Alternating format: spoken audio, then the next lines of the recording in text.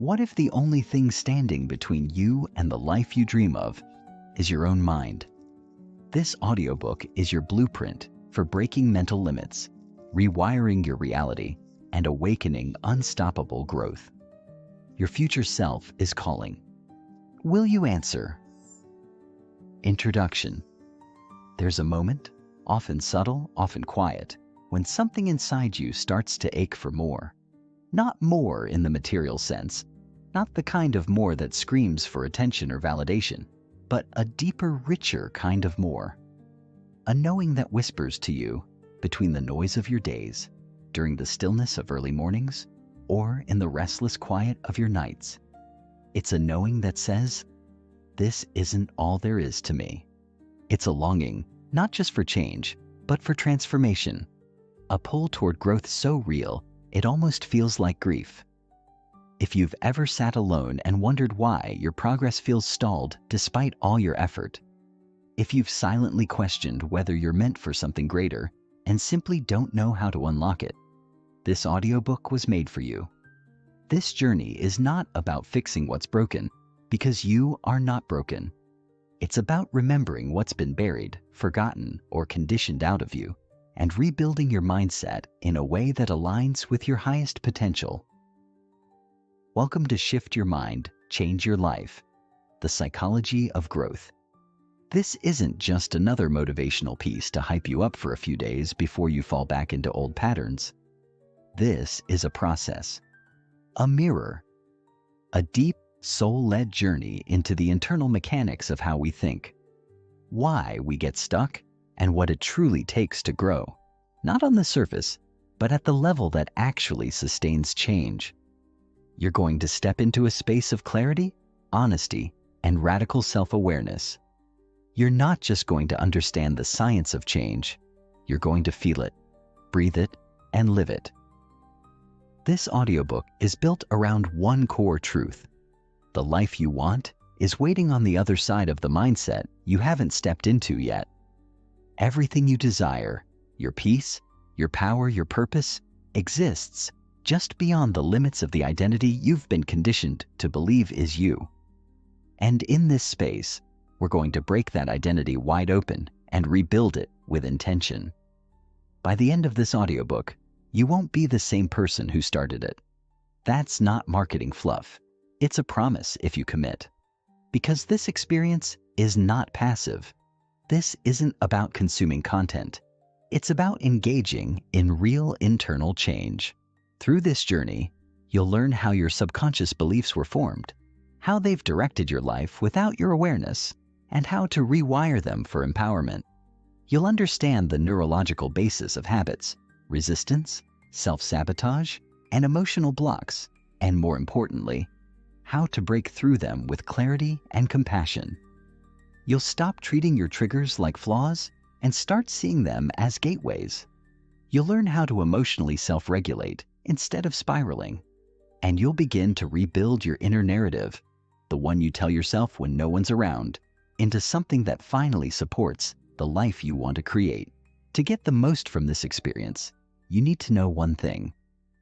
How you listen matters. Transformation doesn't come from listening while distracted, skimming for the next big insight, or rushing through chapters like a checklist. This is a sacred space to slow down, to feel, to connect with yourself on a level that everyday life rarely allows. That means giving yourself permission to pause when something hits you, reflect when an idea resonates, write when a truth rises to the surface. There are moments in this audiobook designed for exactly that. Pauses, breath work, short exercises, journaling cues. Please don't skip them. Growth doesn't live in information. It lives in integration. You already know a lot. You've probably read more than enough. But what will make this journey different is how deeply you engage with what you feel, not just what you hear. Before we dive deeper, let's orient ourselves with the foundation of this entire process, the psychology of growth. Human beings are wired to evolve, but we're also wired to resist change. At the core of every stuck place in your life is a psychological loop, a pattern your mind repeats, not because it serves you, but because it feels familiar. Your nervous system is calibrated for what it knows, not what it needs. So even if something is painful, dysfunctional, or limiting, if it's familiar, your brain will cling to it. That's not weakness. That's biology. But once you become aware of that mechanism, you're no longer powerless to it. You can learn to override it. You can teach your brain, your body, and your beliefs to orient around new emotional truths. That's what neuroplasticity makes possible. Your brain doesn't stop changing at 25. It changes as long as you give it a reason to. This audiobook is your reason. Let's talk about what's actually keeping most people stuck. It's not lack of intelligence, talent, or ambition. It's not laziness or procrastination either. It's unresolved internal resistance. The deep-rooted fear that if you grow, you'll lose love, safety, or control. It's subconscious programming from childhood, past trauma, inherited beliefs, and societal conditioning. It's the invisible psychological contracts you made with yourself to stay small so you wouldn't be rejected, hurt, or overwhelmed. And here's the truth most people never hear. You don't need to hustle your way out of that. You need to heal your way through it. That's what we're going to do.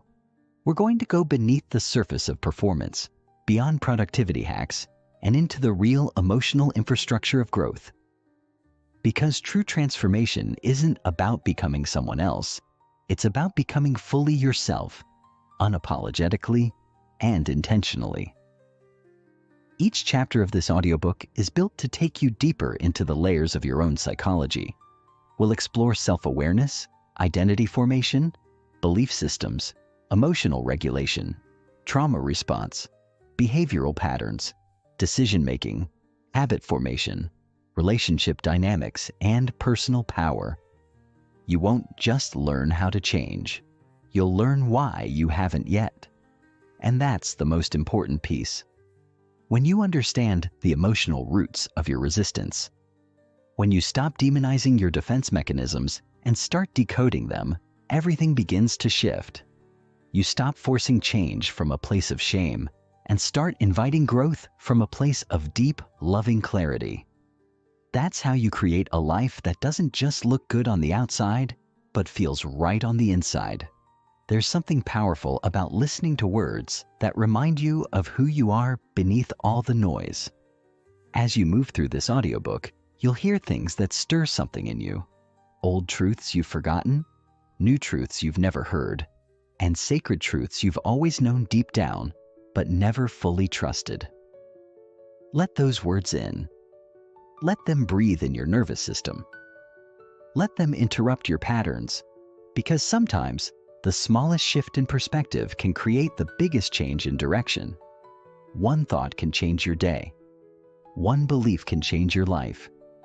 One decision to lean into growth, even when it's uncomfortable, can alter your entire path. This journey is an invitation to make that decision again and again, with courage, softness, and presence. And if at any point you feel overwhelmed, doubtful, or afraid, that's okay. That's actually a sign you're on the right track. Growth feels unfamiliar because it is. You're moving toward a version of yourself that doesn't exist yet, and that will always feel a little unsteady. But you're not alone. I'll be right here with you, voice to voice, chapter by chapter, guiding you through the mental terrain of transformation. You don't have to be perfect. You don't have to know exactly where you're going. You just have to be willing to begin. So if you're ready, not for a quick fix, but for a real shift, then let's begin. Not with pressure, not with performance, but with presence. This is the start of something honest, something powerful, something deeply, beautifully yours. Welcome to the journey of remembering, reclaiming, and rebuilding the most important relationship you will ever have, the one with your own mind. Chapter 1. Understanding Mindset. There are moments in life that feel like quiet earthquakes, subtle, almost imperceptible shifts that change everything. You might not notice them right away, but their effects echo through your days, your decisions, your direction. You might stumble upon them while driving alone in silence, during a sleepless night full of reflection, or while listening to a story that unexpectedly cracks something open in you. Perhaps this moment, right here, right now, is one of those. Because if you've come to this book with even the smallest spark of curiosity, the tiniest whisper that your life could look different, feel fuller, or stretch further than it does today, then you've already begun to shift. And here's the truth. Most people never hear plainly enough. The power to reshape your reality doesn't begin with a dramatic action, a life overhaul, or a sudden stroke of genius. It begins quietly, internally, with the most underrated yet transformative force you possess, your mindset. Your mindset is not a motivational buzzword. It is not about positive thinking or reciting inspirational quotes into the mirror every morning. At its core, your mindset is the internal blueprint that determines how you interpret experiences, respond to challenges, perceive failure, and believe in growth. It is the lens through which you see your world and yourself, and like any lens, it can be dirty or clear, narrow or wide, stuck or evolving. Most importantly, it's not hardwired. It's not carved into stone. Your mindset is fluid, shapeable, an internal ecosystem that you and only you can choose to cultivate. Understanding the nature of mindset is the first step in shifting it, and to understand it, we must explore two fundamental psychological frameworks: the fixed mindset and the growth mindset. The terms fixed and growth mindset were popularized by Dr. Carol Dweck, a Stanford psychologist whose research changed how we understand motivation, learning, and success. But these aren't just academic concepts. They show up in your everyday life more often than you think. A fixed mindset, put simply, is the belief that your traits, your intelligence, talents, personality, or capacity to grow are essentially static. People with fixed mindsets believe you either have it or you don't. If they struggle with a task, they see it as evidence of inadequacy. If they fail, they feel exposed. They often avoid challenges, resist feedback, and retreat into comfort zones because anything less than instant success is perceived as a threat to their worth. And because failure feels final, they will often settle, convincing themselves that certain doors were never meant to open for them in the first place. In contrast, a growth mindset is the belief that your abilities can be developed through effort, learning, and resilience. A person with a growth mindset doesn't deny difficulty or pretend that anything is possible with blind optimism. Instead, they approach challenges as opportunities. They understand that failure isn't a verdict, but a teacher. They seek feedback not because it feels good, but because it sharpens them. Most importantly, they separate their identity from their performance. They know that who they are today is not the limit of who they can become. The difference between these two mindsets may seem philosophical, but in practice, the implications are enormous. They shape how we parent, lead, love, learn, take risks, and recover from failure. Your mindset doesn't just affect your outcomes, it defines your journey. It's important to pause here and dismantle a common misconception. No one has a purely fixed or purely growth mindset. These mindsets are not permanent labels, but patterns, mental habits that show up in different contexts. You may have a growth mindset about relationships, believing they can evolve with effort and communication, but a fixed mindset about money, convinced that your financial situation can't improve. You may be open to feedback in your creative life, but defensive in your professional one. The goal is not to label yourself, but to observe yourself. Where do you contract? Where do you expand? Becoming aware of these tendencies is the beginning of transformation. Growth starts the moment you become curious about your own mental programming. Let's take a real example. Imagine someone named Maya. Maya has always considered herself bad at math. That identity was cemented in middle school when she failed a couple of tests and overheard a teacher casually mention to a colleague, "She's more of a creative type." Without realizing it, Maya internalized that belief. Over the years, anytime she encountered a math-related task, budgeting, data analysis, anything involving numbers, she shut down, avoided, or delegated.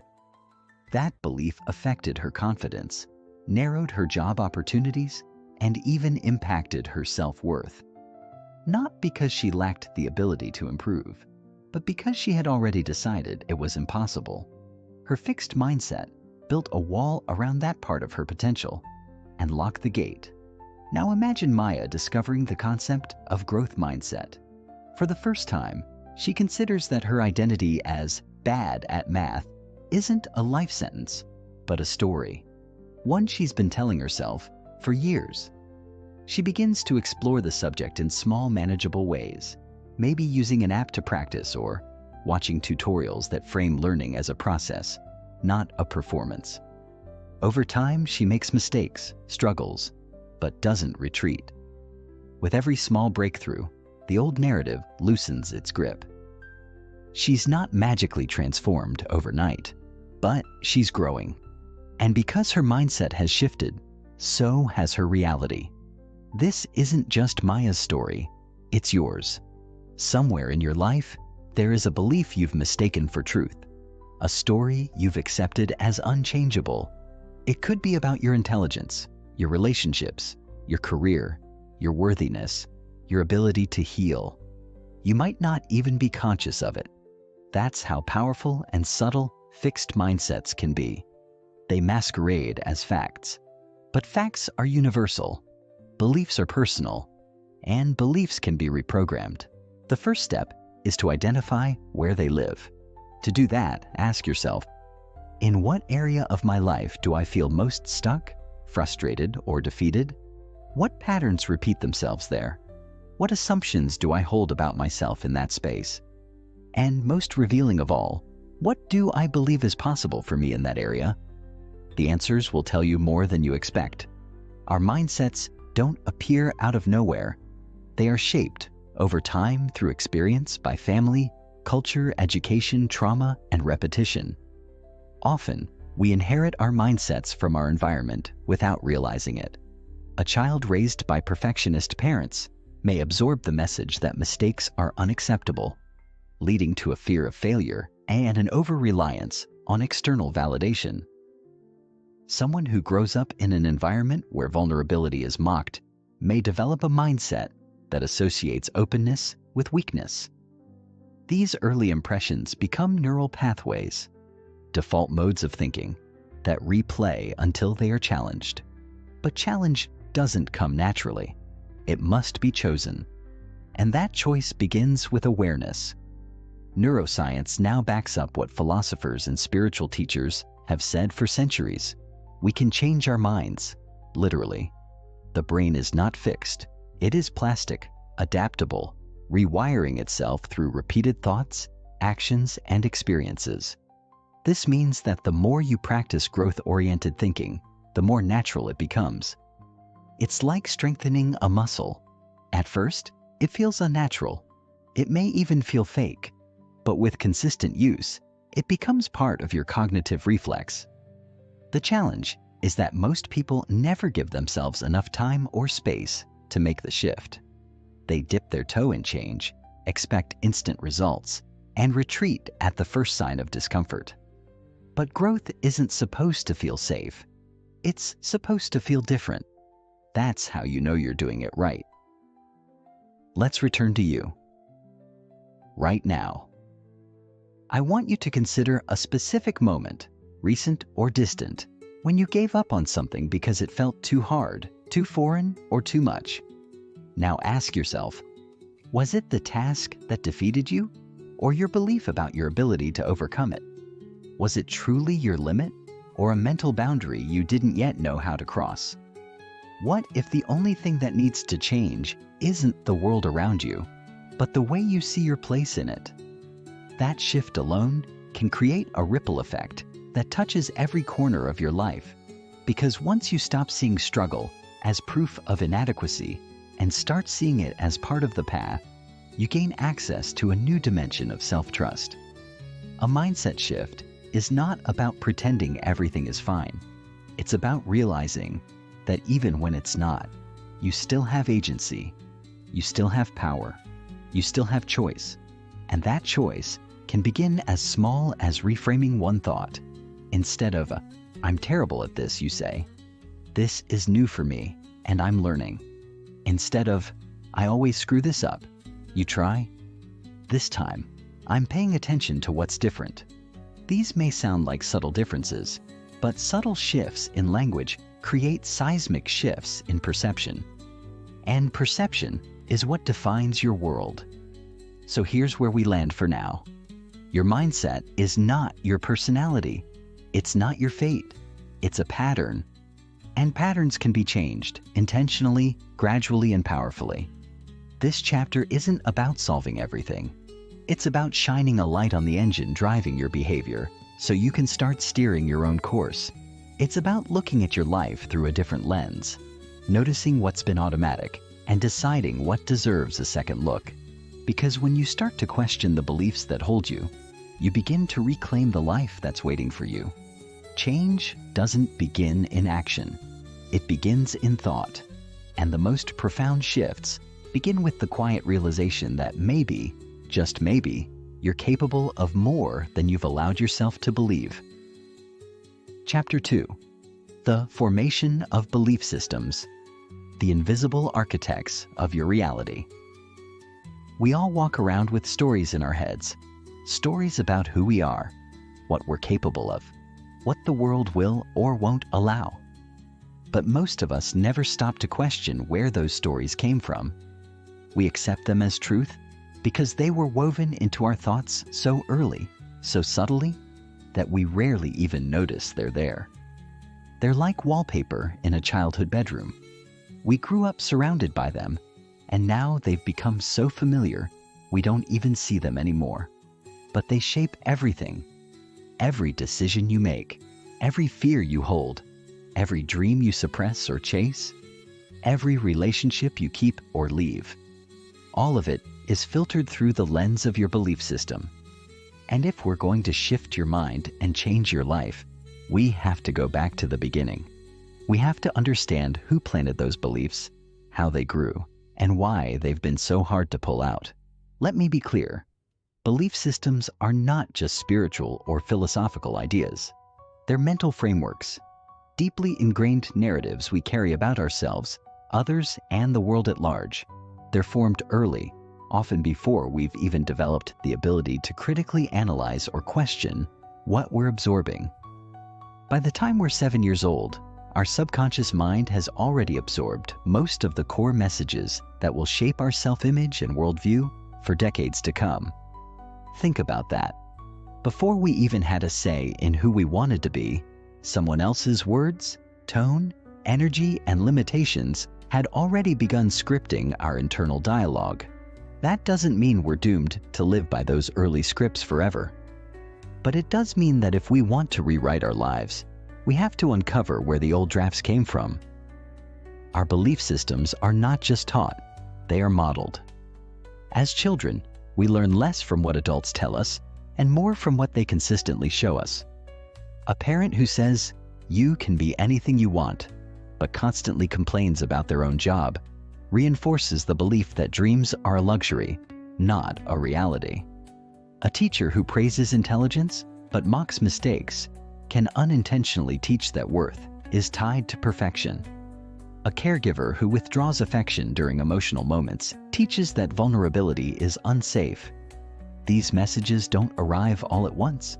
They accumulate like dust on a mirror, gradually clouding our ability to see ourselves clearly. Over time, they form the architecture of our subconscious programming. Let me share a story. A man named Jordan grew up in a home where money was always tight. His parents fought about it constantly. The message he heard again and again wasn't just that money was scarce, but that wanting money was selfish. His father often criticized wealthy people, calling them greedy, dishonest, or out of touch. Jordan didn't question these narratives. Why would he? As a child, he absorbed them like oxygen. Fast forward to adulthood, and Jordan finds himself stuck. No matter how hard he works, he sabotages financial opportunities. He undercharges for his services, avoids investing, and feels uncomfortable when others talk about wealth. It's not that he doesn't want financial security. It's that his belief system tells him that having more means becoming someone he doesn't want to be. Until Jordan becomes aware of this hidden belief, no amount of ambition or effort will stick. His inner world is at war with his outer goals. This is how powerful belief systems are. They operate beneath our awareness, yet they dictate the rules of our life. You can have the best intentions, the biggest dreams, the most detailed plan, but if your beliefs are out of alignment, you will find yourself circling the same mountains over and over again. You'll think you're procrastinating or lazy or unlucky, when really, you're being ruled by outdated software. And here's the most dangerous part. Belief systems don't need to be true to be effective. They just need to be familiar. Your brain prefers the known over the unknown, even if the known is painful or limiting. That's why people stay in toxic relationships, jobs they hate, habits that deplete them. The familiarity creates a false sense of safety. But safety isn't the same as freedom. And familiarity isn't the same as truth. To change your belief systems, you must first become aware of them. That begins with curiosity, not criticism. Ask yourself, what are the recurring patterns in my life? Where do I feel stuck, no matter what I try? What emotions surface when I imagine having more? More success? More love? More freedom? Often, the answer isn't on the surface. It's buried in the emotional responses you've learned to normalize. For example, if the thought of success brings anxiety, it may be tied to an old belief that success equals pressure or loss of freedom. If deep love makes you want to pull away, it could be tied to a belief that intimacy leads to abandonment. These beliefs don't make you broken. They make you human. They were formed as protective mechanisms. But protection is no longer the goal. Growth is. Let's go deeper. Belief systems often form in response to emotional experiences, especially those that were repeated or traumatic. If you were constantly told you were too sensitive, you may have developed a belief that emotions are a liability. If your efforts were rarely acknowledged, you may believe that nothing you do is ever enough. These aren't just ideas. They are emotional imprints. They live in your nervous system. That's why you can't simply think your way out of them. You have to feel your way through them. You have to get honest about the moments that shaped you, the words that wounded, the silences that screamed, the expectations you absorbed like commandments. This is not about blaming others. It's about reclaiming the narrative, because what was done to you may not have been your fault, but healing it is your responsibility. You may be wondering, if belief systems are so embedded, how do we begin to change them? The first step is awareness. You cannot shift what you do not see. The second step is truth-telling. Once you've identified an old belief, challenge it. Ask, who gave me this belief? What evidence have I gathered to support it? And most importantly, does this belief still serve me? Sometimes, just shining a light on a belief is enough to loosen its grip. But often, you'll need to actively replace it with something new, something true. This takes repetition, emotional engagement, and time. But remember, beliefs were not formed in a day. They were installed through years of repetition. You don't need to rush the process. You just need to begin. I want to invite you to create what I call a belief inventory.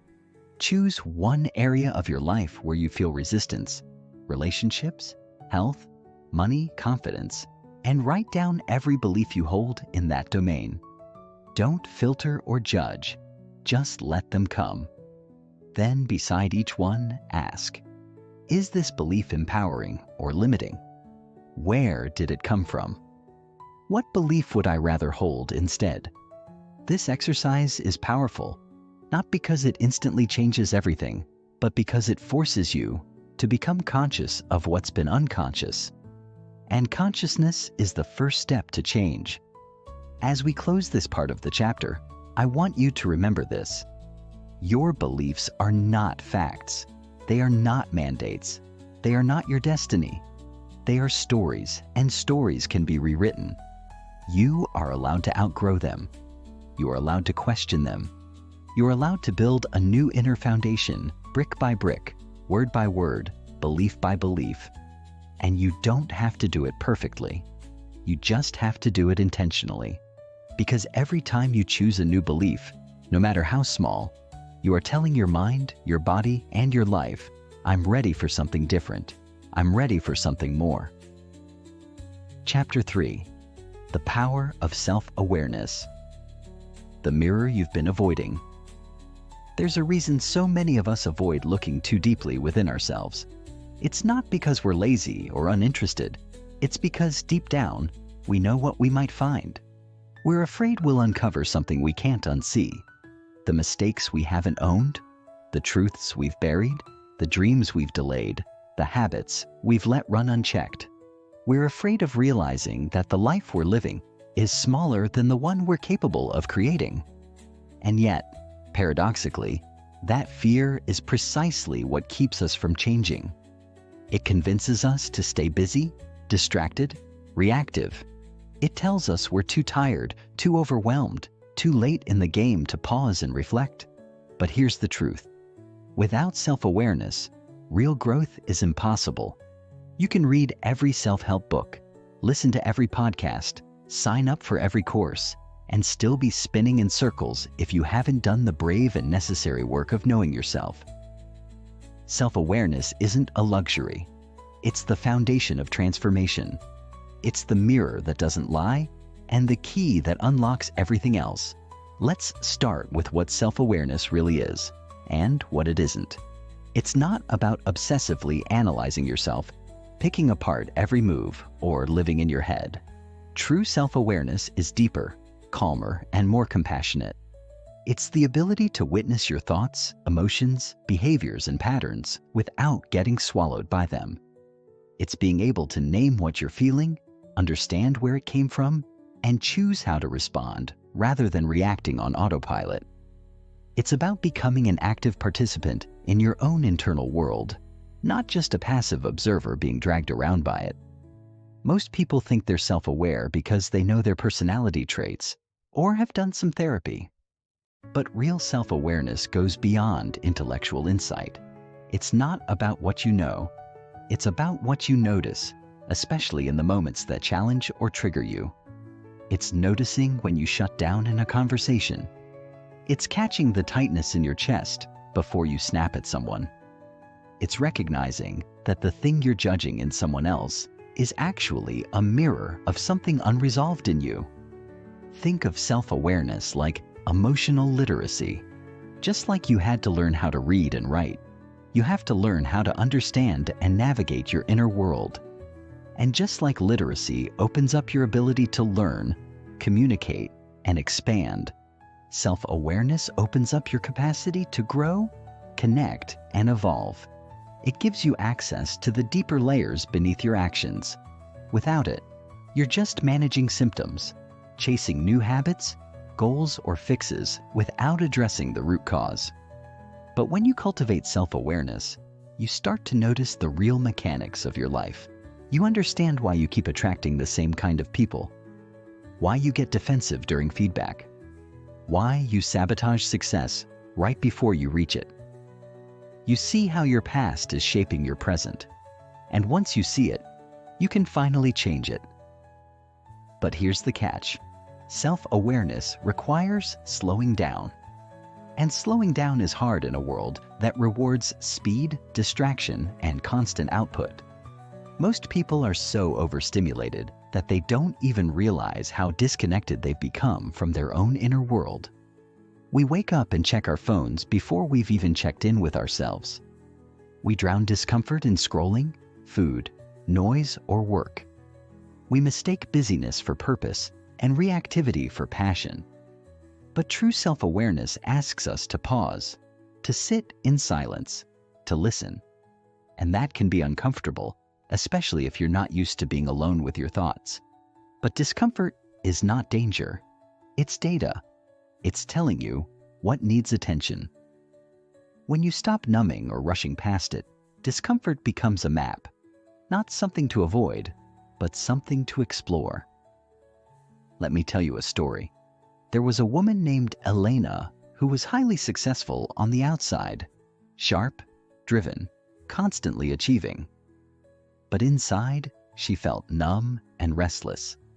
No matter how much she accomplished, there was always this low hum of dissatisfaction. She couldn't explain it, and so she kept pushing, thinking the next milestone would fix it. But it didn't. One day, after yet another achievement that felt hollow, she broke down. She took a break, unplugged, and began journaling. At first, it was awkward. She didn't know what to write. But as she kept going, something opened. She started noticing things. The way she rushed through her days without breathing. How her self-worth was tangled in productivity. How she hadn't actually asked herself what she wanted in years. She started to see the cost of her disconnection. And that awareness changed everything. Not all at once, but it planted a seed. She began choosing differently. Not perfectly, but intentionally. That's the power of self-awareness. It doesn't guarantee instant transformation, but it breaks the spell. It interrupts the autopilot and puts the steering wheel back in your hands. It creates a gap between stimulus and response, a space where choice becomes possible. And in that space, you become the author again, not just the actor. But here's what most people misunderstand. Self-awareness isn't just about internal reflection. It's also about external feedback. We all have blind spots, ways we show up that we can't see because we're too close to them. That's why self-awareness also requires humility. It means being willing to ask, how do others experience me? Not to seek validation, but to gain perspective. It means learning to separate your intent from your impact. You might think you're being honest, but others experience you as harsh. You might think you're helping, but others feel controlled. That doesn't make you bad. It makes you human. But until you open yourself up to feedback, you'll keep repeating the same patterns, thinking you're being misunderstood, when really, you're just unaware. Self-awareness also involves emotional honesty.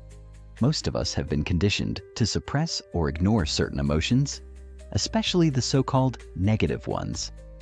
Anger, jealousy, guilt, sadness, these are emotions we're taught to avoid or hide. But emotions are not wrong. They are messengers. They are energy moving through the body, trying to tell you something. When you deny or bypass them, you lose access to critical information. For example, anger often signals a boundary that's been crossed. Jealousy might reveal a desire you haven't owned. Guilt could point to a value you violated, or one that was never yours to begin with. Self-awareness means getting curious about these emotions instead of shaming them. It means asking, what is this feeling trying to teach me? Rather than rushing to get rid of it. And when you do that, emotions become allies, not enemies. They guide you back to your truth. Now, developing self-awareness is not a one-time event. It's a practice. And like any practice, it requires consistency. Start small. Create moments in your day where you pause and check in. When you're triggered, ask, what am I really feeling? When you're reacting, ask, what part of me feels threatened right now? When you're avoiding something, ask, what am I afraid to face? These questions don't need perfect answers. They just need honest ones. And over time, those answers will reveal patterns. Patterns you can work with, shift, or release. Journaling, mindfulness, somatic work, therapy. These are tools that can support you. But the most powerful tool of all is willingness. The willingness to look, to feel, to question, to listen. I want you to remember something vital. Self-awareness is not self-judgment. It's not about beating yourself up for what you find. It's about meeting yourself with compassion. Because you're not flawed, you're layered. You're not broken, you're becoming. The things you're discovering about yourself were once survival strategies. They served you, even if they no longer do. Self-awareness allows you to thank them for their service and then choose new strategies that serve the person you're becoming. It's not about fixing yourself. It's about knowing yourself. And the more you know yourself, the more aligned your life becomes. Not because it gets easier, but because it gets real. Chapter 4: Emotional Intelligence and Inner Balance. The language of the soul. You were never taught to speak. Let's be honest. Most of us were never taught how to feel. We were taught how to succeed, how to please, how to suppress, how to smile through discomfort and apologize for tears. We were rewarded for composure and punished for overreacting. We learned that being emotional meant being weak, irrational, or too much, so we got good at hiding. We tucked away our feelings, labeled them inconvenient, and trained ourselves to numb out, push forward, and pretend. But here's the truth. No one told us. Emotions are not the enemy. They are messengers. They are the purest signals from our internal world, guiding us toward what matters, what hurts, what needs healing, and what deserves honoring. Emotional intelligence is not about becoming emotionless. It's about becoming emotionally fluent, learning to understand, regulate, and express your inner world in a way that serves your growth rather than sabotages it. You see, emotions are not problems to be solved. They are signals to be acknowledged. Just like physical pain lets you know something in your body needs attention, emotional discomfort signals that something inside needs care. But if you were raised in an environment where emotions were ignored, dismissed, or weaponized, you likely developed unhealthy coping mechanisms. Maybe you became the peacekeeper, suppressing your feelings to avoid conflict. Maybe you became hyper-independent, believing no one could handle your truth. Maybe you turned your anger inward and called it shame, or numbed your sadness and called it strength. These adaptations helped you survive, but they also disconnected you from yourself. Emotional intelligence invites you to reconnect, not just intellectually, but somatically, spiritually, and relationally. It asks you to sit with what you feel without judgment and allow it to teach you instead of terrify you. But first, let's get clear on what emotional intelligence really means. Popularized by psychologist Daniel Goleman, emotional intelligence, often called EQ, refers to the ability to recognize, understand, manage, and influence emotions, both your own and those of others. Unlike IQ, which measures cognitive ability, EQ measures emotional skill. It includes self-awareness, knowing what you're feeling, self-regulation, managing your emotional responses, motivation, using emotions to fuel rather than block progress, empathy, recognizing emotions in others, and social skills, navigating relationships with emotional awareness. People with high EQ are not emotionally perfect, they're emotionally present. They don't suppress or explode. They process, they pause, they respond instead of react. And that ability creates a ripple effect in every area of life, from how you lead and love, to how you parent, partner, and pursue your goals. Let's talk about emotional suppression for a moment, because most people don't realize how much it costs them. When you chronically ignore your emotions, you don't just lose touch with your inner world. You lose your capacity for connection, creativity, and clarity. Emotions don't disappear when you suppress them. They mutate. Suppressed anger becomes bitterness. Unfelt sadness becomes numbness. Ignored fear becomes anxiety. These repressed emotions build up like pressure in a bottle, and eventually they find their way out through chronic stress, irritability, burnout, depression, or self-sabotage. Think about it. How many times have you snapped at someone over something small, only to realize later it wasn't about them at all? That's not a personality flaw. It's emotional buildup. And it's common because most of us never learned how to feel to heal. Emotional intelligence is the practice of releasing that pressure before it explodes, of tending to your inner world before it turns into outer chaos. A powerful tool for building emotional intelligence is the practice of naming your emotions accurately. This might sound simple, but it's one of the most transformative skills you can develop. Neuroscience shows that when we name what we feel, I feel overwhelmed, I feel disappointed, I feel unworthy, we reduce the emotional charge and increase our capacity to process it. Why? Because language activates the prefrontal cortex, the part of the brain responsible for reasoning and reflection. This creates distance between you and the emotion, allowing you to engage with it rather than be consumed by it. Unfortunately, most people have a limited emotional vocabulary, usually defaulting to a handful of words like mad, sad, fine, or stressed. But emotions are nuanced. Expanding your emotional vocabulary is like upgrading from black and white to full color. It allows you to better understand what's really going on beneath the surface, and that understanding becomes the gateway to healing. Let me tell you about Julian. For most of his life, he described himself as angry. He'd say things like, "I have a temper," or "I just snap sometimes." But through therapy and journaling, he started to dig deeper. He realized that beneath the anger was a mix of betrayal, grief, and fear, feelings he'd been carrying since childhood when his father left and no one explained why. The anger had become a mask, protecting him from the more vulnerable emotions underneath. But once he named those deeper truths, something shifted. He stopped reacting and started reflecting. He learned to say, "I feel abandoned," or "I feel disrespected." And suddenly, his relationships improved, not because the anger vanished, but because he finally understood where it came from. This is emotional intelligence in action. It's the courage to look beneath the surface and speak the truth of what you find. Another pillar of emotional intelligence is regulation, not suppression, but intentional response. Emotional regulation doesn't mean you never feel triggered. It means you know how to respond when you are.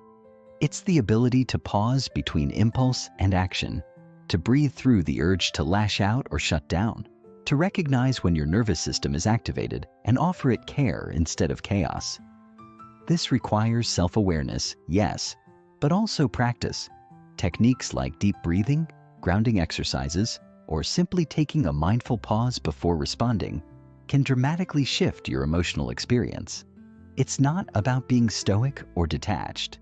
It's about becoming the calm within your own storm, learning to soothe your internal state so you don't cause unnecessary damage externally. And then there's empathy, often misunderstood as just being nice or understanding. True empathy is the ability to feel with someone, to step into their emotional experience without losing your center. It's not about fixing or rescuing. It's about witnessing. Empathy connects us, disarms defensiveness, and builds trust. But here's the key. You can't offer genuine empathy to others if you haven't practiced it with yourself. That's why self-compassion is at the core of emotional intelligence. When you learn to hold space for your own emotions without judgment, when you can say, "It's okay that I feel this way," you build the inner resilience needed to do the same for others. You stop projecting your pain and start sharing your presence. Let's not forget the role of inner balance.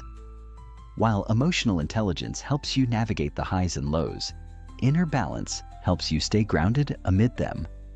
Inner balance is not about being unaffected. It's about being centered. It's the emotional steadiness that comes from knowing how to return to yourself when life pulls you off course. You cultivate it through rituals of self-connection, meditation, journaling, walking in nature, breath work, or simply taking intentional time to unplug and check in. These practices don't make emotions go away. They create a container for them. And in that container, you learn to feel deeply without losing yourself. Before we close this part of the chapter, I want to leave you with something practical. Over the next few days, become a gentle observer of your emotional world. Not a judge, not a fixer, just a witness. When a strong emotion arises, pause. Name it. Ask it what it needs. Reflect on where it might be coming from. Track how it shows up in your body. And notice how, when you stop fighting your emotions, they often soften. Emotions are like waves. They rise, peak, and fall. You don't have to be swept away by them. You can learn to ride them with grace. And the more you practice this, the more emotionally intelligent and emotionally free you become. Chapter 5. Healing Past Wounds and Rewriting Inner Narratives. The invisible scars that still speak for you. There are wounds we carry that no one can see. They don't bleed, they don't bruise, they don't require stitches or casts. But they ache in silence, tucked beneath layers of smiles and responsibilities, woven into the fabric of our behaviors, our beliefs, and our reactions. These are the emotional wounds from our past, moments when we were abandoned, misunderstood, invalidated, unloved, neglected, betrayed, or broken by someone we trusted. And while time may pass, these wounds often don't just go away. Instead, they calcify into narratives, stories we start telling ourselves about who we are, what we deserve, and how the world works. Stories like, I'm not enough. Love has to be earned. People always leave. If I show who I really am, I'll be rejected. These stories were never true to begin with, but when repeated enough times, they become gospel in the architecture of our identity. This chapter is about gently untangling those stories. It's about facing the past, not to relive it, but to release its hold on the present. Because until we heal what hurt us, we keep handing our lives over to the very things that broke us. The truth is, most of us are haunted by old scripts. Scripts we didn't write, but memorized by heart. They were handed to us in childhood, forged in moments when our nervous system recorded a pattern. When I cry, no one comes. When I express a need, it's too much. When I try to shine, I'm made to feel small. Our younger selves were not equipped to rationalize these moments. They were designed to survive them. So we developed adaptive strategies to keep us safe. We became perfectionists to earn approval, people pleasers to avoid rejection, overachievers to feel worthy, or emotionally numb to avoid pain. And these adaptations worked for a time. They got us through the storm. But now, as adults, those same strategies may be the very things holding us back. Healing means learning to see the difference. It means looking at our patterns with compassion instead of judgment. It means asking, where did I learn this? And does it still serve me? Let's be clear. Healing is not about blaming your parents or reliving trauma. It's about understanding. It's about connecting the dots between who you were, what you experienced, and who you've become. It's about creating space between the wound and the world so that you no longer act from the pain unconsciously. Because unhealed pain doesn't stay quiet. It finds its way into our relationships, our work, our self-talk. It shows up as defensiveness, avoidance, anxiety, overthinking, chronic guilt, or self-sabotage. And the heartbreaking part? We often think these are just parts of our personality when, in reality, they are coping mechanisms forged in pain. The good news is that what was learned can be unlearned, and that's what this chapter is here to help you do. To begin this work, you must start with safety. Your body will not let go of pain unless it feels safe enough to do so. That means creating an environment, internally and externally, where you are not constantly re-triggered or overwhelmed. Healing does not happen in chaos. It happens in stillness, in slowness, in honesty. It begins with the willingness to sit with your younger self and say, "I'm here now. I see you. I believe you." One powerful way to initiate this connection is through inner child work. This involves visualizing or dialoguing with your younger self, the version of you who first felt the hurt. You don't need to remember every detail. You just need to feel. Imagine that child sitting beside you. What do they need to hear? What were they denied? How can you offer that now? This practice may bring up deep emotion, and that's okay. Let it come. You're not falling apart. You're letting go of what was never meant to be carried so long. Another essential aspect of healing past wounds is identifying the limiting beliefs they created. This step requires radical honesty. What do you believe about yourself that keeps you small or stuck? Perhaps it's the belief that you're unlovable, unworthy, or incapable. These beliefs aren't facts. They're interpretations based on past experiences. But if left unchallenged, they shape your future as if they were truth. Begin to write them down. Literally. Name them. Then ask, where did I first learn this? And is this belief objectively true? Often, you'll find that these beliefs were conclusions drawn in childhood, based on moments when someone else's behavior made you feel inadequate. The irony is, it was never about you. It was about them, their limitations, their inability to love or see you. Yet you internalized it. Healing invites you to give that belief back. It's not yours. You can rewrite the story. And that's the power of narrative work. Our minds are meaning-making machines. When something painful happens, we instinctively try to explain it. But without a mature emotional framework, the stories we craft are often harsh, black and white, and deeply self-critical. Rewriting these narratives doesn't mean lying to ourselves. It means offering new interpretations that are kinder, wiser, and more compassionate. Instead of, "I was abandoned because I'm unworthy," we say, "I was abandoned because they were incapable of showing up, and I deserved better." Instead of, "I failed because I'm not good enough," we say, "I stumbled because I'm growing, and every failure is a lesson." This reauthoring process is not spiritual bypassing. It's spiritual reclamation. You take back the pen. You stop letting old pain write your present identity. Let me introduce you to Ava. She grew up with a critical mother who constantly compared her to others and never praised her efforts. For years, Ava believed that nothing she did was enough. She chased accolades, burned out in jobs, stayed in relationships where she overgave and underreceived. In therapy, she discovered that her core wound wasn't failure. It was invisibility. She had spent her entire life trying to be seen in ways her mother never allowed. Through journaling and somatic work, Ava began to speak directly to that wound. She wrote letters to her younger self, reminding her that she was worthy of love without performance. She practiced receiving compliments, kindness, rest, without guilt. And slowly, her nervous system began to trust safety again. Ava didn't become a different person.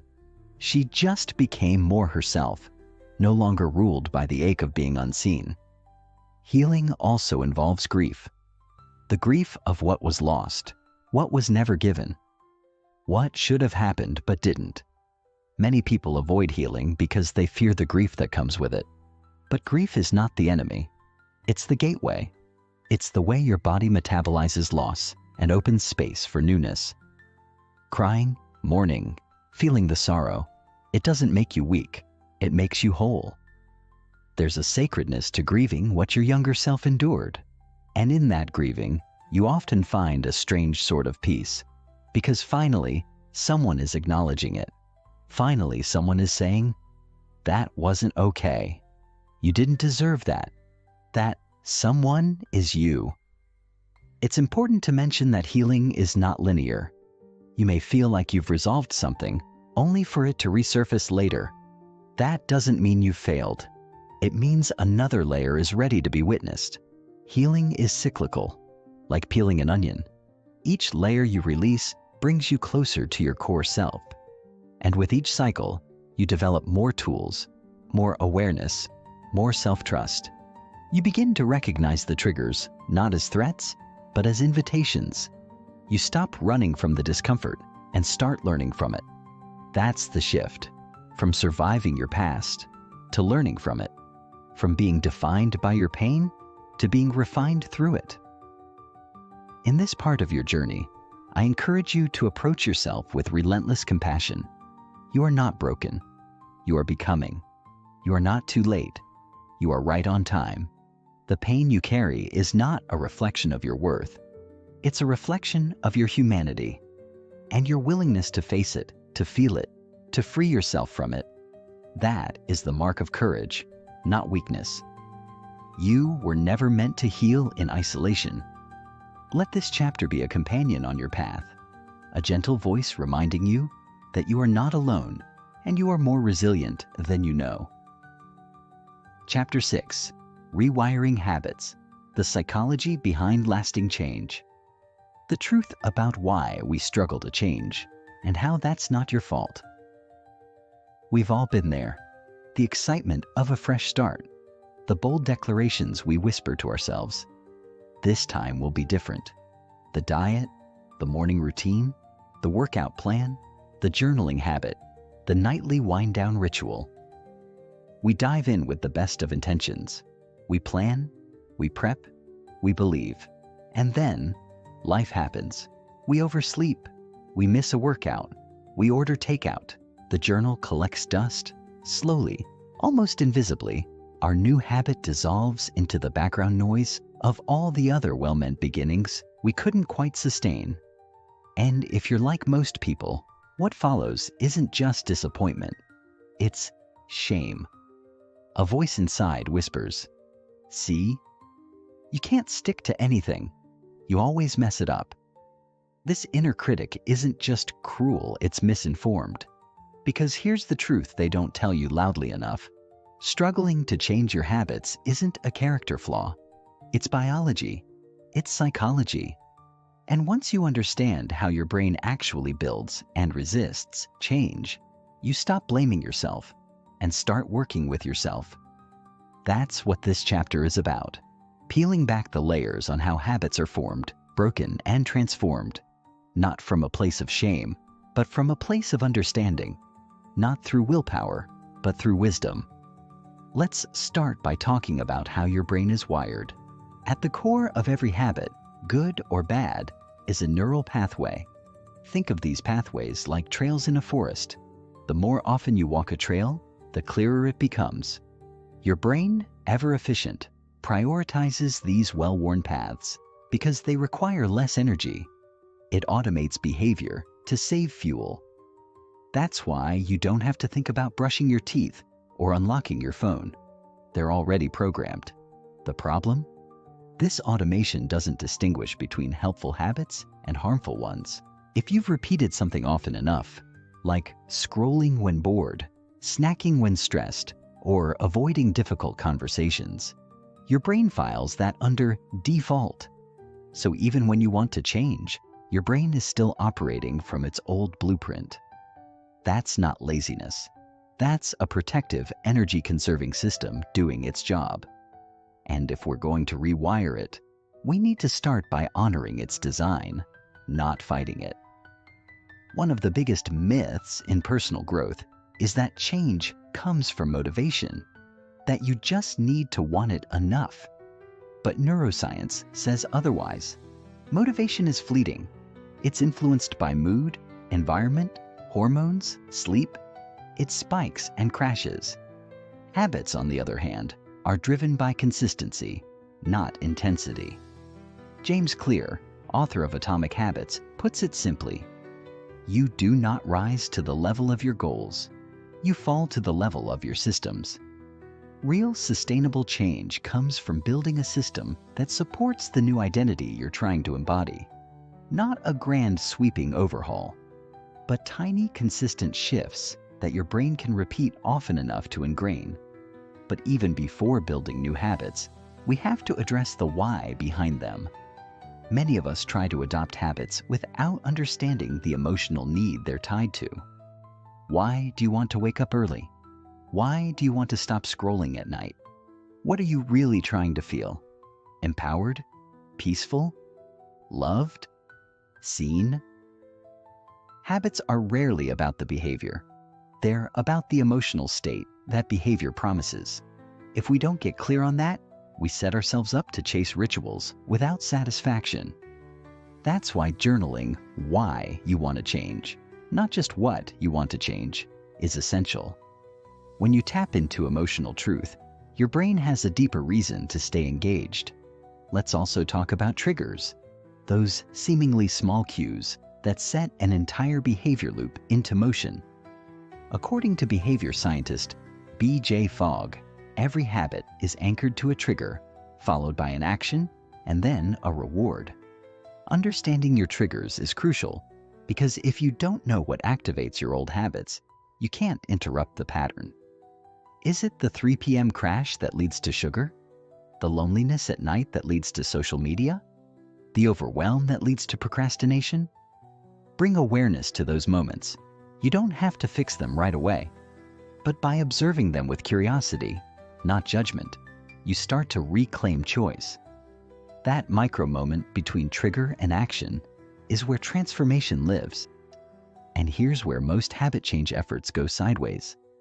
We try to change too much, too fast. The brain doesn't like drastic shifts. It perceives them as threats. So when you overhaul your diet, your schedule, your sleep, and your screen time all at once, your nervous system freaks out. You enter survival mode. And in survival mode, the brain defaults to familiarity, not growth. That's why lasting change often looks boring. It's built in small, almost unsexy increments. 1 glass of water, 1 minute of meditation, 1 page of a book. These aren't trivial acts. They're trust signals. Each small win tells your brain, hey, it's safe to try something new. Over time, these micro changes create macro results. Now let's explore the idea of identity-based change. This is the missing piece in most habit systems. Instead of focusing on what you want to do, focus on who you want to become. For example, instead of saying, I want to run 3 times a week, say, I'm becoming someone who values movement. This subtle shift rewires your self-image, which is the true engine behind sustained behavior. We act in alignment with who we believe we are. If you still believe you're bad at consistency, you'll subconsciously sabotage anything that proves otherwise. But if you start collecting evidence, small wins, consistent effort that supports a new identity, your habits stop being something you do and start becoming who you are. This is where self-compassion becomes a non-negotiable. You will slip. You will forget. You will miss days. That's not failure. It's part of the rewiring process. The old neural pathways are still there, waiting to be chosen again. But every time you return, you're strengthening the new ones. This is how you build resilience, not just habits. And resilience isn't about never falling. It's about how gently and quickly you return. The more compassion you show yourself, the safer your brain feels trying new things. Harshness shuts down progress. Kindness accelerates it. Let me tell you about Amir. He was a 38-year-old father who struggled with late-night binge eating. Every morning, he'd vow to be better. Every night, he found himself in the kitchen, half aware, half ashamed, eating until he was numb. Through coaching, Amir realized this habit wasn't about food. It was about comfort. It was the only time of day he felt like no one needed anything from him. Food was his escape. Once he named that, everything changed. He didn't start with cutting food. He started with adding comfort. 10 minutes to himself after work. A playlist that grounded him. A conversation with his younger self through journaling. The binging didn't disappear overnight, but the need for it slowly dissolved. Because the wound was seen, not silenced. That's what true habit transformation is about.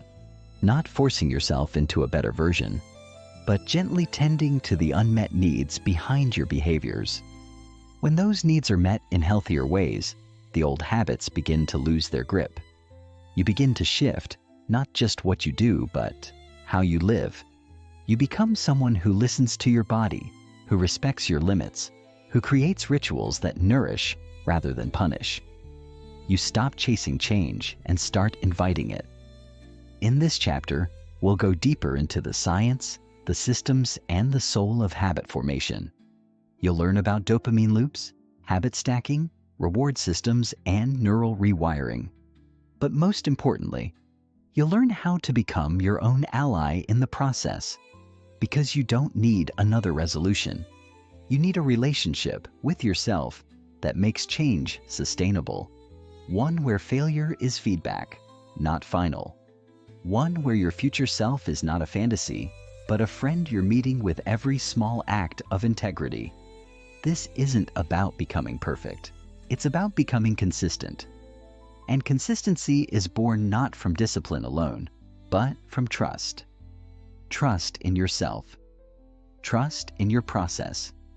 Trust that every time you show up, no matter how small the effort, you're casting a vote for the person you're becoming. That's the psychology of lasting change, and it's available to you right now. Chapter 7: Emotional Mastery, Understanding and Transforming Inner Turmoil. The unspoken language of emotion, why you feel what you feel. It's 3 a.m. and your heart is racing. You're lying in bed, wide awake, playing over a conversation you had hours ago, dissecting every word, every pause, every facial expression. You feel a tightness in your chest, an ache in your stomach, and a nagging, irrational belief that something terrible is about to happen. You try to rationalize it, but the emotion has already hijacked your system. And in that moment, nothing else matters. Not logic, not the facts, not even how tired you are. What you're experiencing is not a moment of weakness or overreaction. It's emotion, raw, powerful, and very real. And for many of us, this invisible storm is a daily visitor, one we're taught to either suppress, ignore, or push through. But what if emotions aren't obstacles to overcome? What if they are messages, coded in sensation and memory, that, if decoded correctly, could become our most powerful tools for transformation? We grow up absorbing a lot of false stories about emotions. Boys are taught that crying is weakness. Girls are told they're too sensitive. In workplaces, we're expected to stay professional at all costs, even when we're breaking inside. Even in personal growth circles, there's this subtle pressure to be positive, to stay high vibe, to affirm our way out of pain.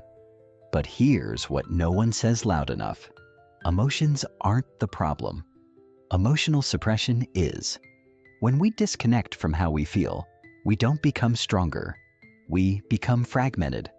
We start living half lives, smiling when we want to scream, saying we're fine when we're falling apart, keeping busy so we don't have to feel. This disconnection doesn't just erode our emotional health. It chips away at our authenticity, our relationships, our sense of inner peace. So, what exactly are emotions? At their core, emotions are signals, chemical and neurological responses to stimuli, internal or external. When you feel fear, your amygdala, a small almond-shaped part of the brain, lights up, triggering a cascade of responses designed to keep you safe. Your heart rate increases, your pupils dilate, your body mobilizes energy. Sadness, on the other hand, often invites stillness and withdrawal, a biological call to pause, process, and grieve. anger, misunderstood as destructive, is often a protector, showing up to reassert boundaries that have been crossed. Each emotion has a purpose. Each one is a messenger, not a malfunction. When you stop labeling emotions as good or bad, you start to meet yourself with deeper compassion. You stop resisting the waves and begin learning how to surf. But emotional mastery doesn't mean being ruled by your feelings. It means learning their language. Imagine a friend who only speaks in metaphors. You'd need time and curiosity to understand them. Emotions are like that. They speak in sensations, patterns, memories. Anxiety, for example, might not just be fear of the future. It could be unprocessed grief from the past, an unmet need for control, or a sense of being chronically unseen.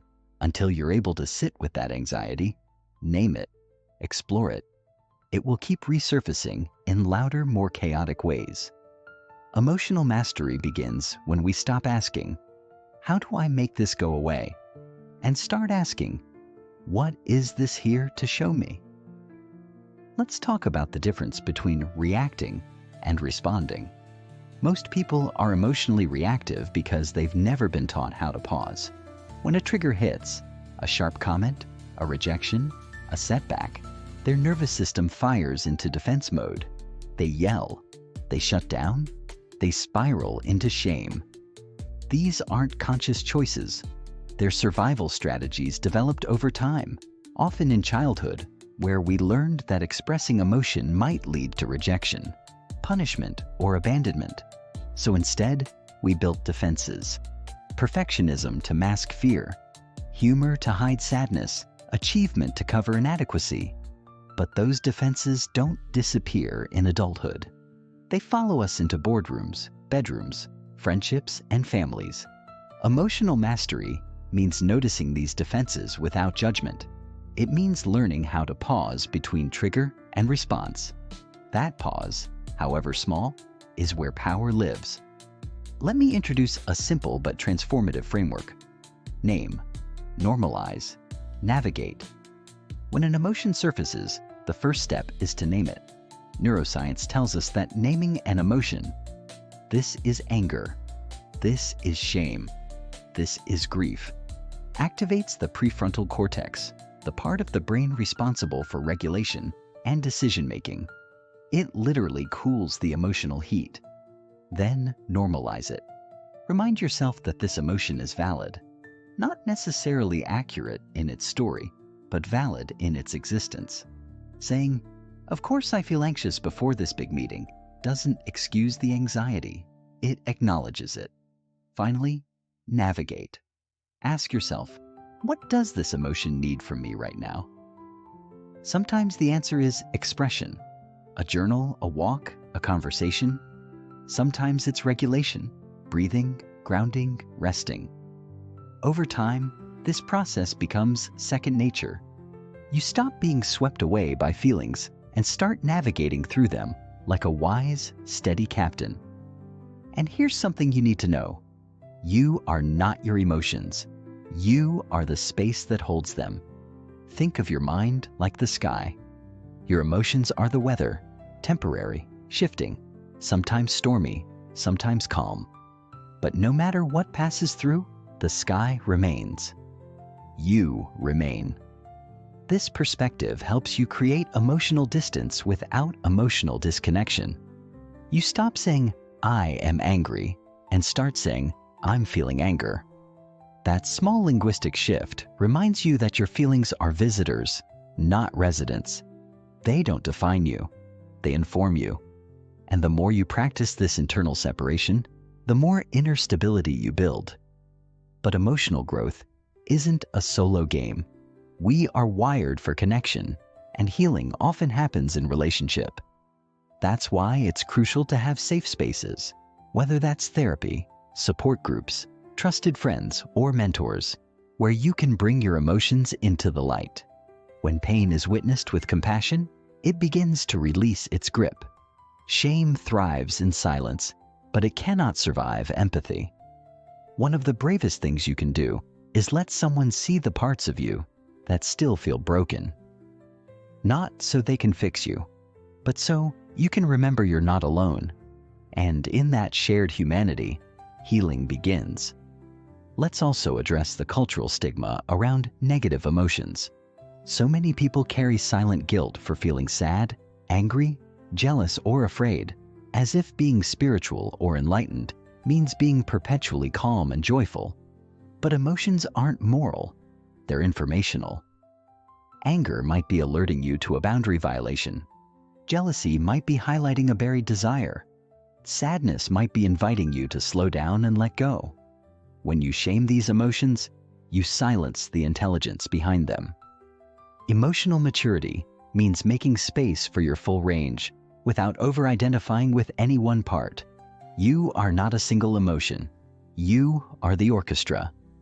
In this chapter, we will explore the building blocks of emotional intelligence: self-awareness, self-regulation, empathy, and emotional communication. But more than that, we'll learn how to integrate emotion into our everyday decisions, relationships, and self-concept. You'll understand the somatic experience of emotion, how it lives in the body, not just the mind.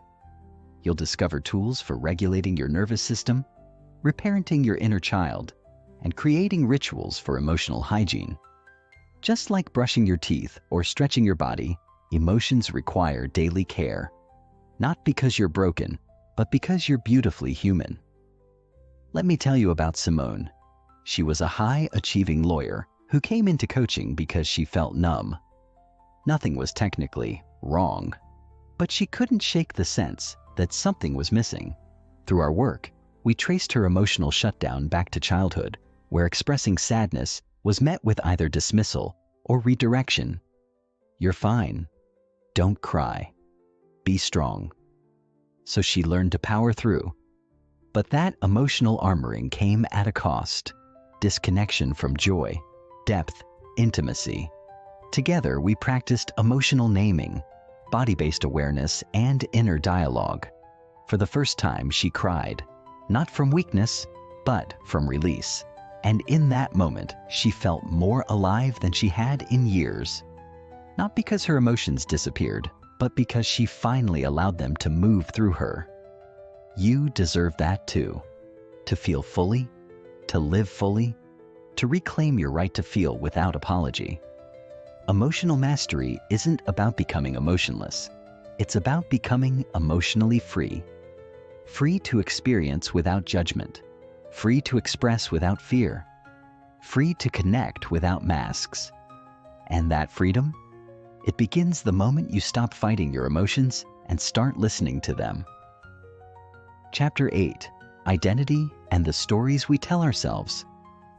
The mirror in the mind. Who are you, really?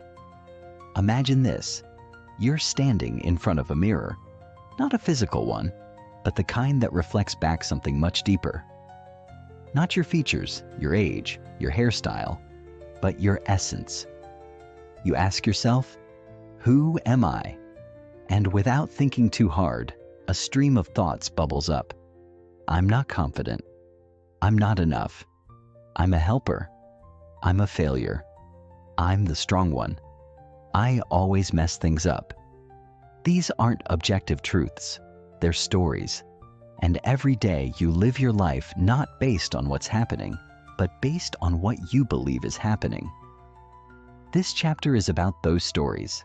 It's about identity, not the surface labels like job title or relationship status, but the deep-rooted beliefs about who you are and what you're capable of. And if you've ever felt stuck in a pattern you can't break, a role you can't escape, or a narrative you didn't consciously write, this is where your freedom begins. Most of us carry inherited identities. From a young age, we absorb what we're told, shown and made to feel, directly or indirectly. Maybe you were called the smart one, the quiet one, the troublemaker, the emotional one, the fixer. Maybe you were praised only when you achieved, or only noticed when you were in pain. Without realizing it, these experiences start to calcify into identity statements. I'm only worthy when I succeed. If I speak up, I'll be rejected. My needs don't matter. Over time, they become silent scripts running the show. We think we're making free choices, but in reality, we're playing roles we didn't audition for. We're not living life, we're performing identity. What makes this so tricky is that identity often hides in plain sight.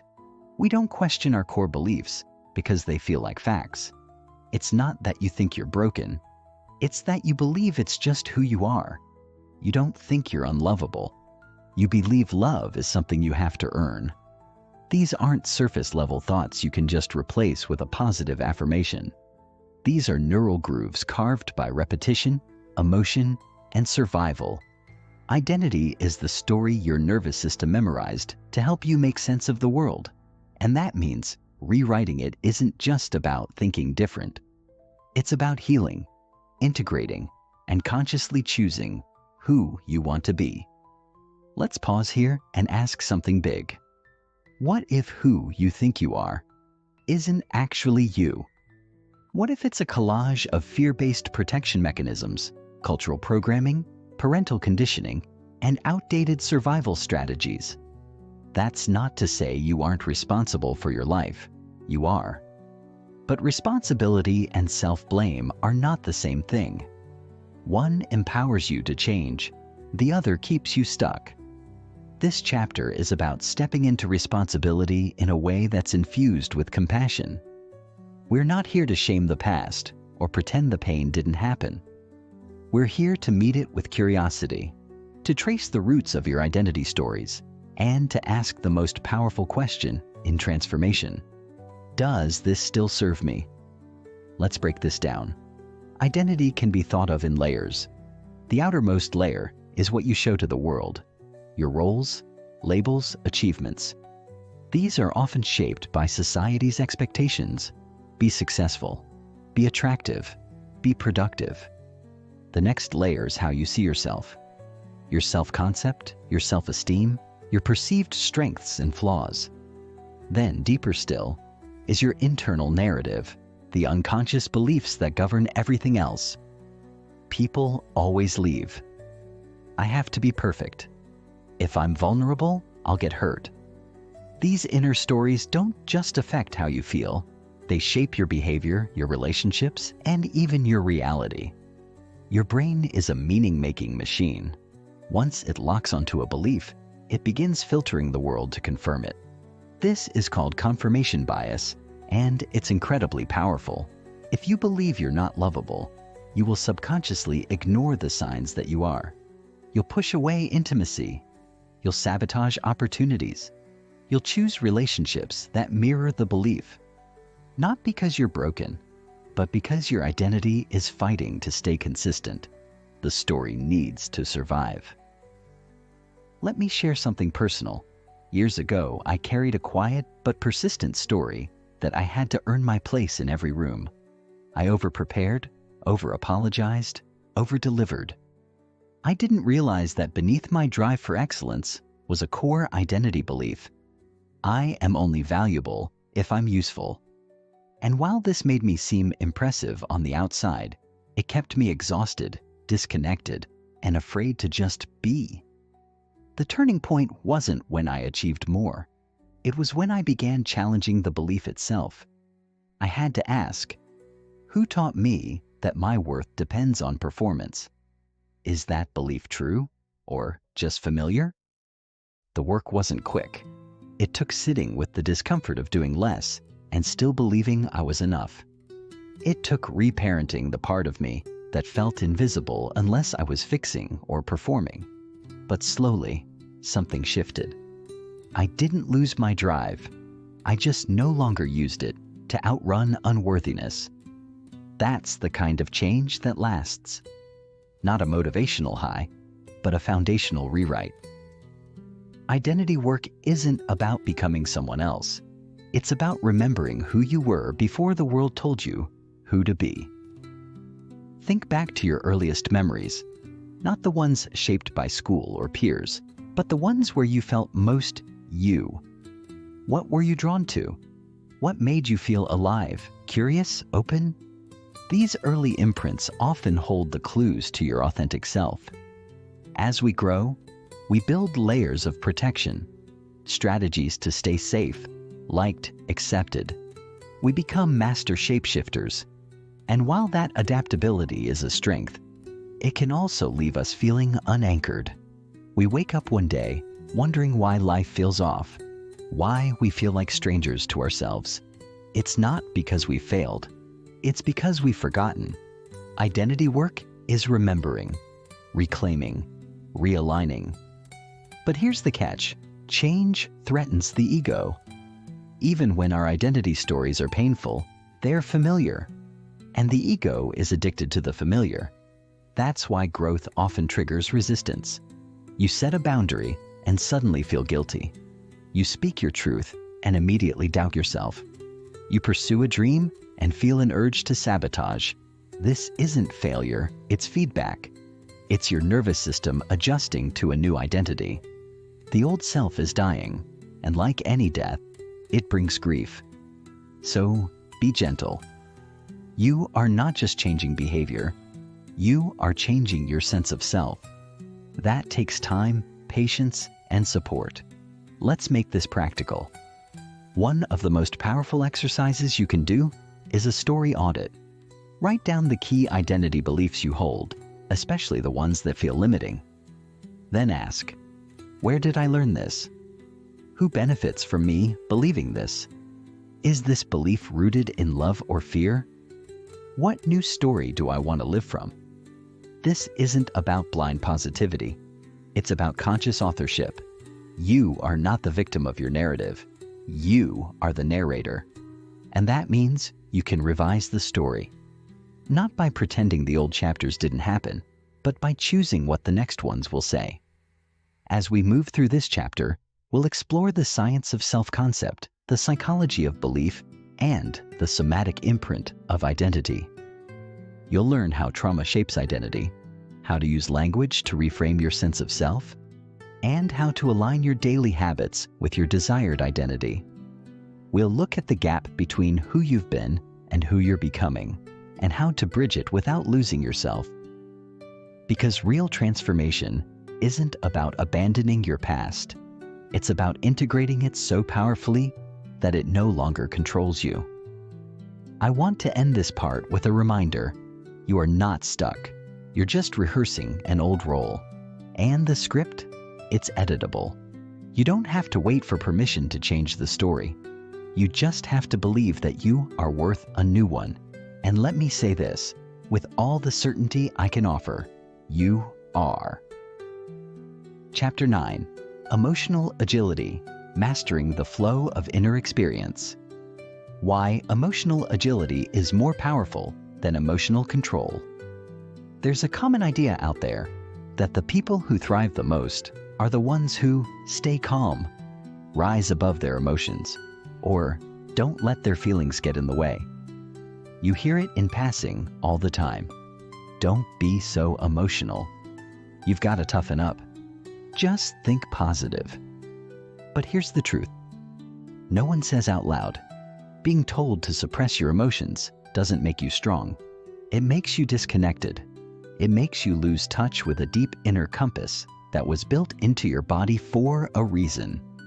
Emotional agility is not about avoiding difficult emotions.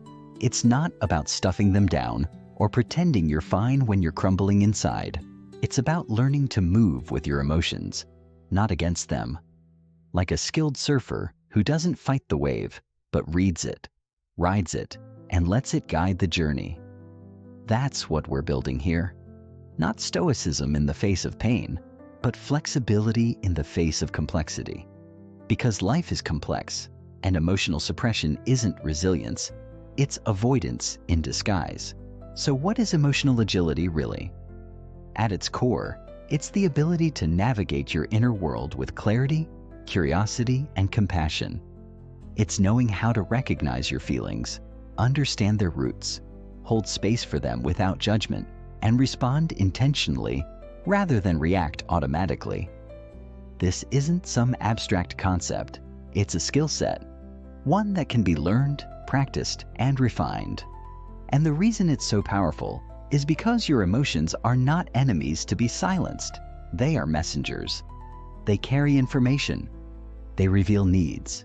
They point to boundaries, values, wounds, and desires. When you shut them down, you lose access to your deepest intelligence. But when you learn to engage with them, honestly, openly, you begin to access a level of self-trust that cannot be shaken by external chaos. Let me be clear, emotional agility doesn't mean you feel happy all the time. In fact, it requires you to let go of the expectation that happiness is the goal. The truth is, emotions are not problems to be solved. They are experiences to be felt. When we stop treating sadness, anger, fear, or anxiety as indicators of failure, and instead start viewing them as part of being fully alive, something begins to shift. Suddenly, you're no longer afraid of your own inner weather. You know the storm will come, and you know you have the capacity to walk through it. You don't have to brace, shut down, or explode. You learn to breathe through it, to listen to it, to choose how to respond. That's emotional agility. It's not about control. It's about connection to yourself, to your truth, to what actually matters.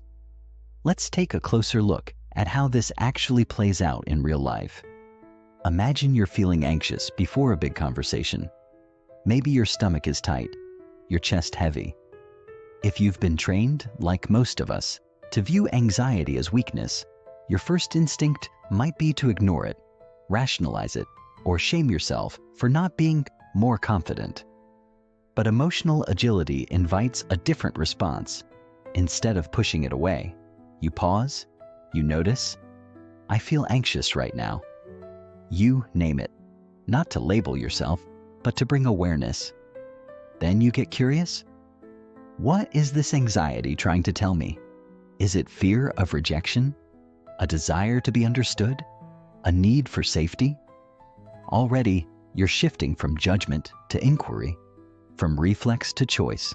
And from that place, you can decide, do I need to ground myself? Do I need support? Do I need to clarify my thoughts before I speak? Now you're responding with wisdom, not reacting from fear. That's the essence of this practice. You don't bypass the emotion. You work with it. You listen, learn, and move forward in alignment. Here's something else most people don't realize.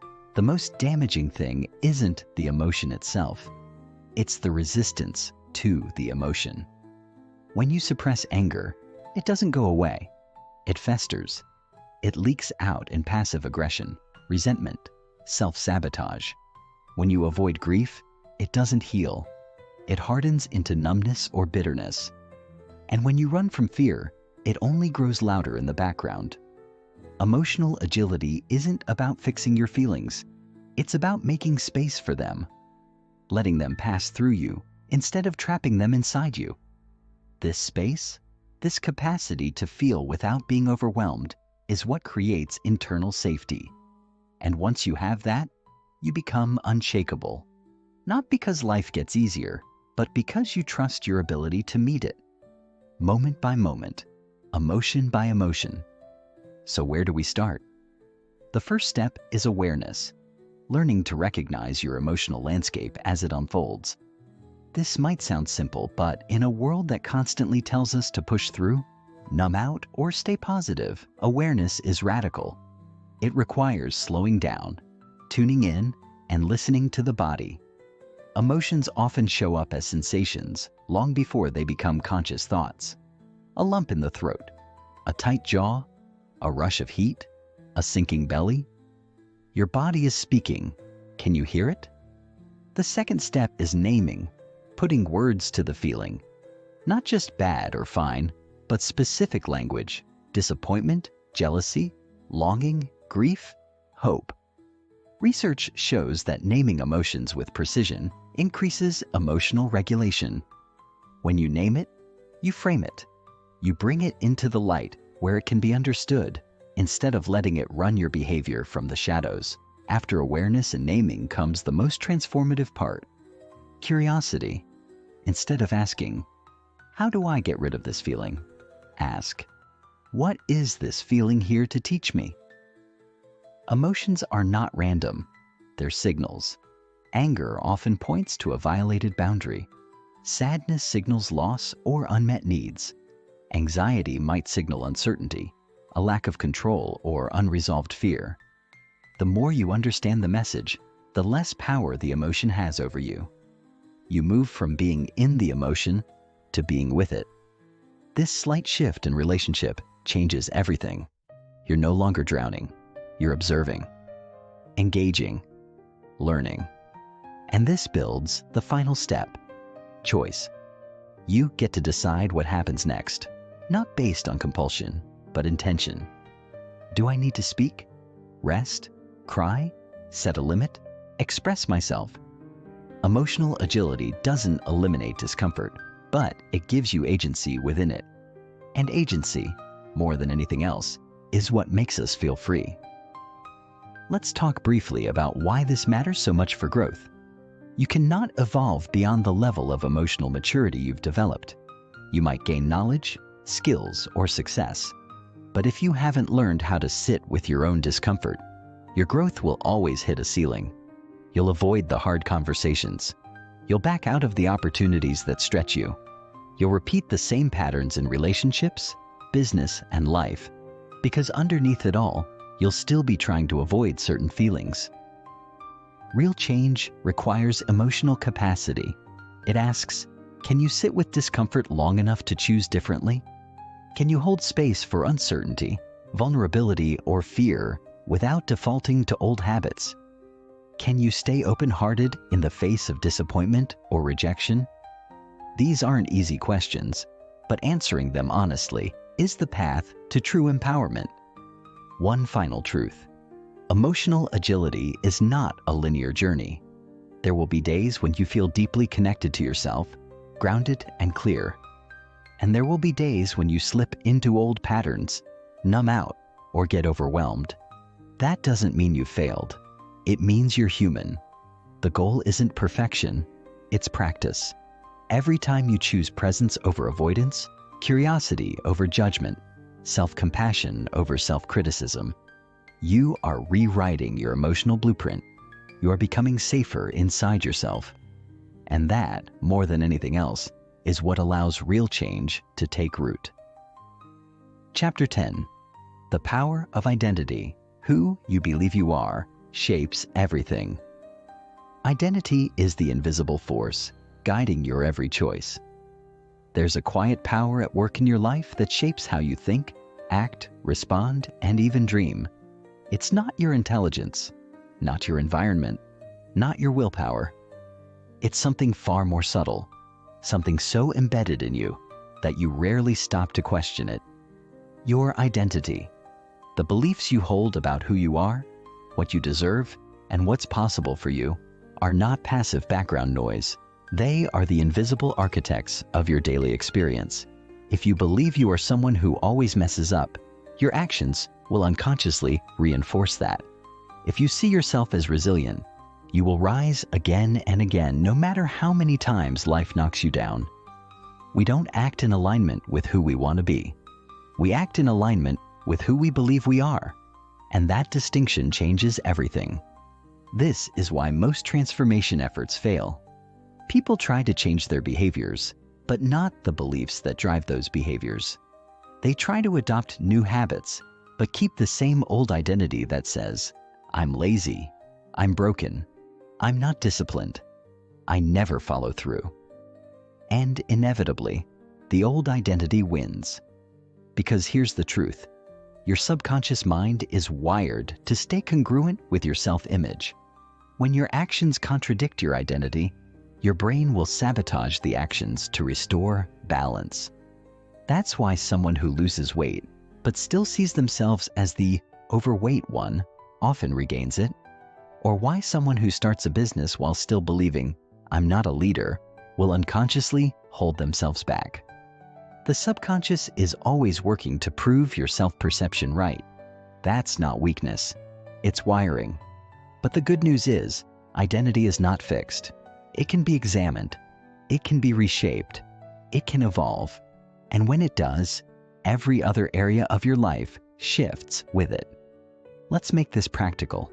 Take a moment to think about a change you've been trying to make. Maybe it's waking up earlier, eating healthier, being more assertive, starting a creative project, or stepping into leadership. Ask yourself, what kind of person do I believe I need to be to do this consistently? And more importantly, do I currently see myself as that kind of person? If the answer is no, you're not lacking discipline. You're experiencing an identity gap. And until that gap is closed, you'll feel stuck. But once you begin to align your internal self-image with the change you want, you'll notice something almost magical.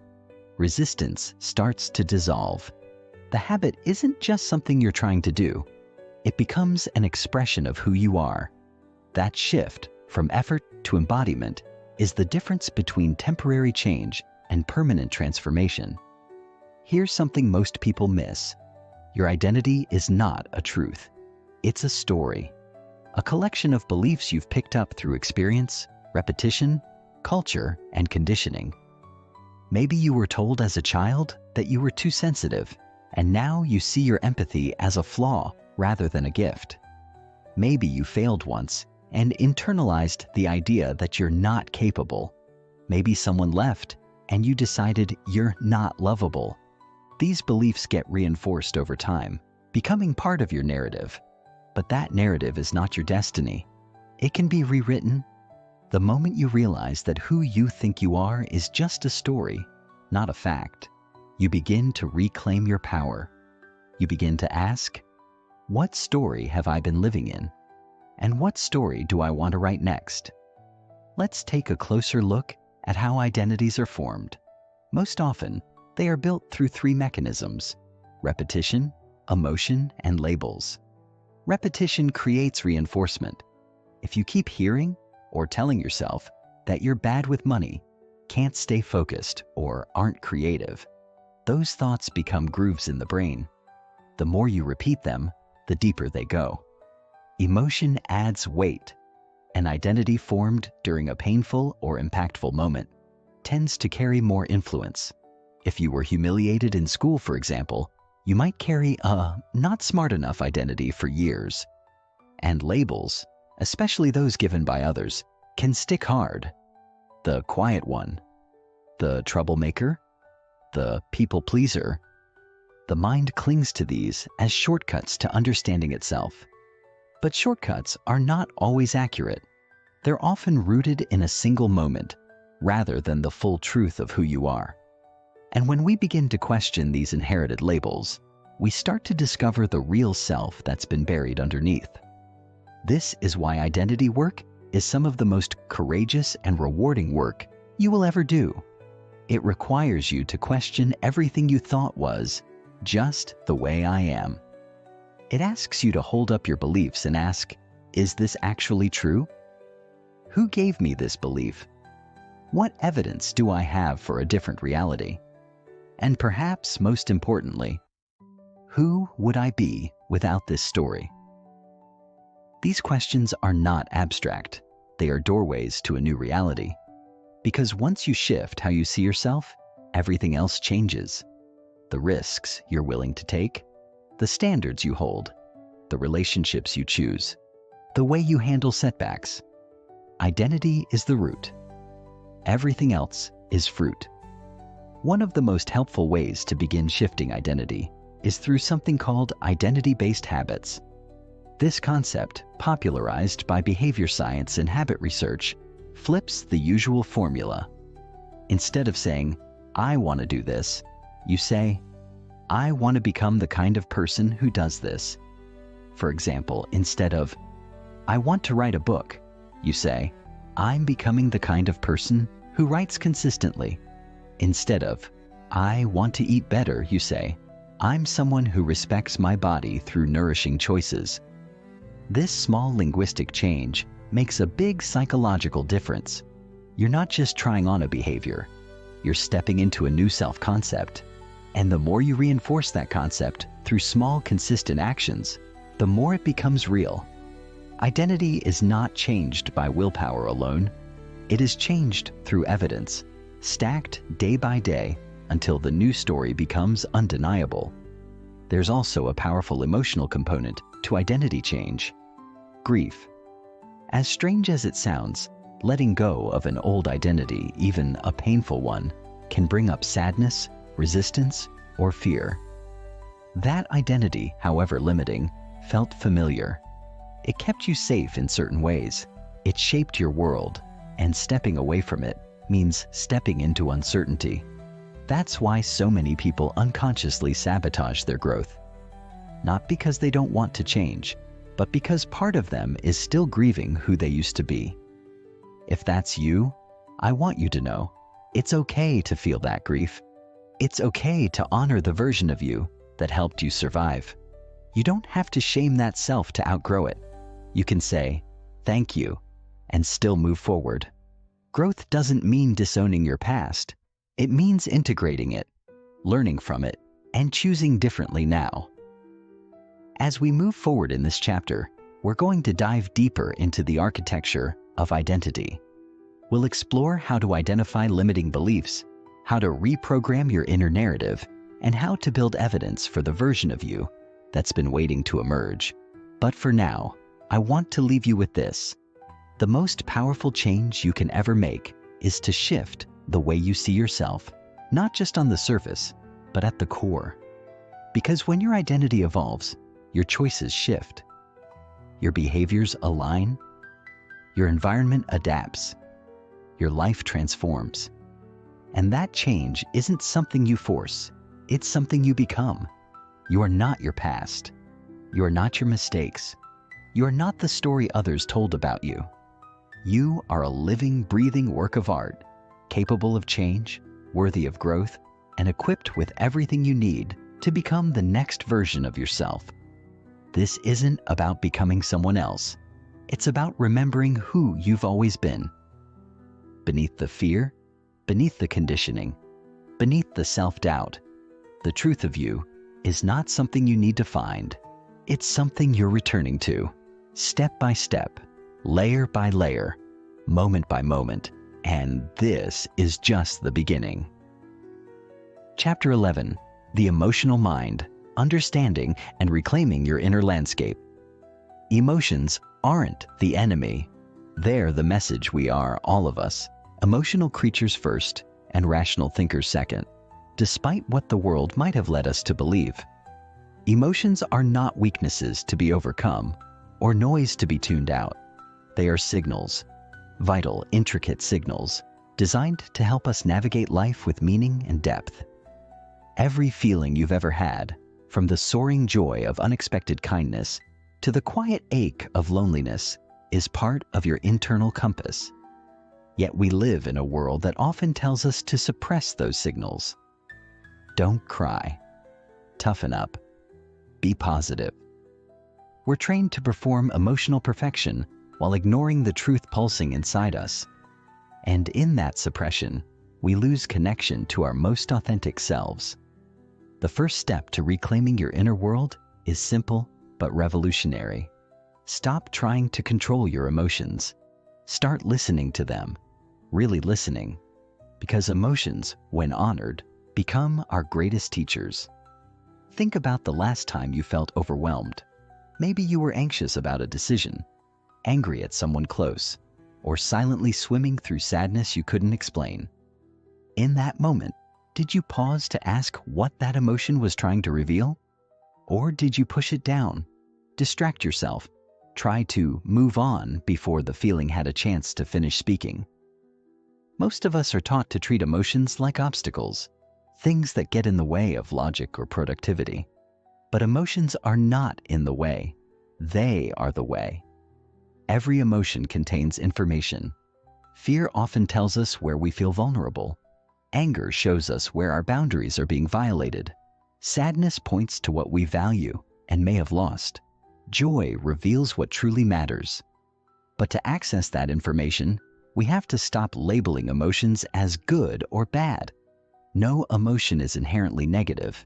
It is our relationship to the feeling, our resistance to it, that causes pain. Let's take a closer look at the emotional brain itself. Deep inside the limbic system, the part of your brain responsible for processing emotion. Your amygdala scans the environment constantly, looking for signs of danger or reward.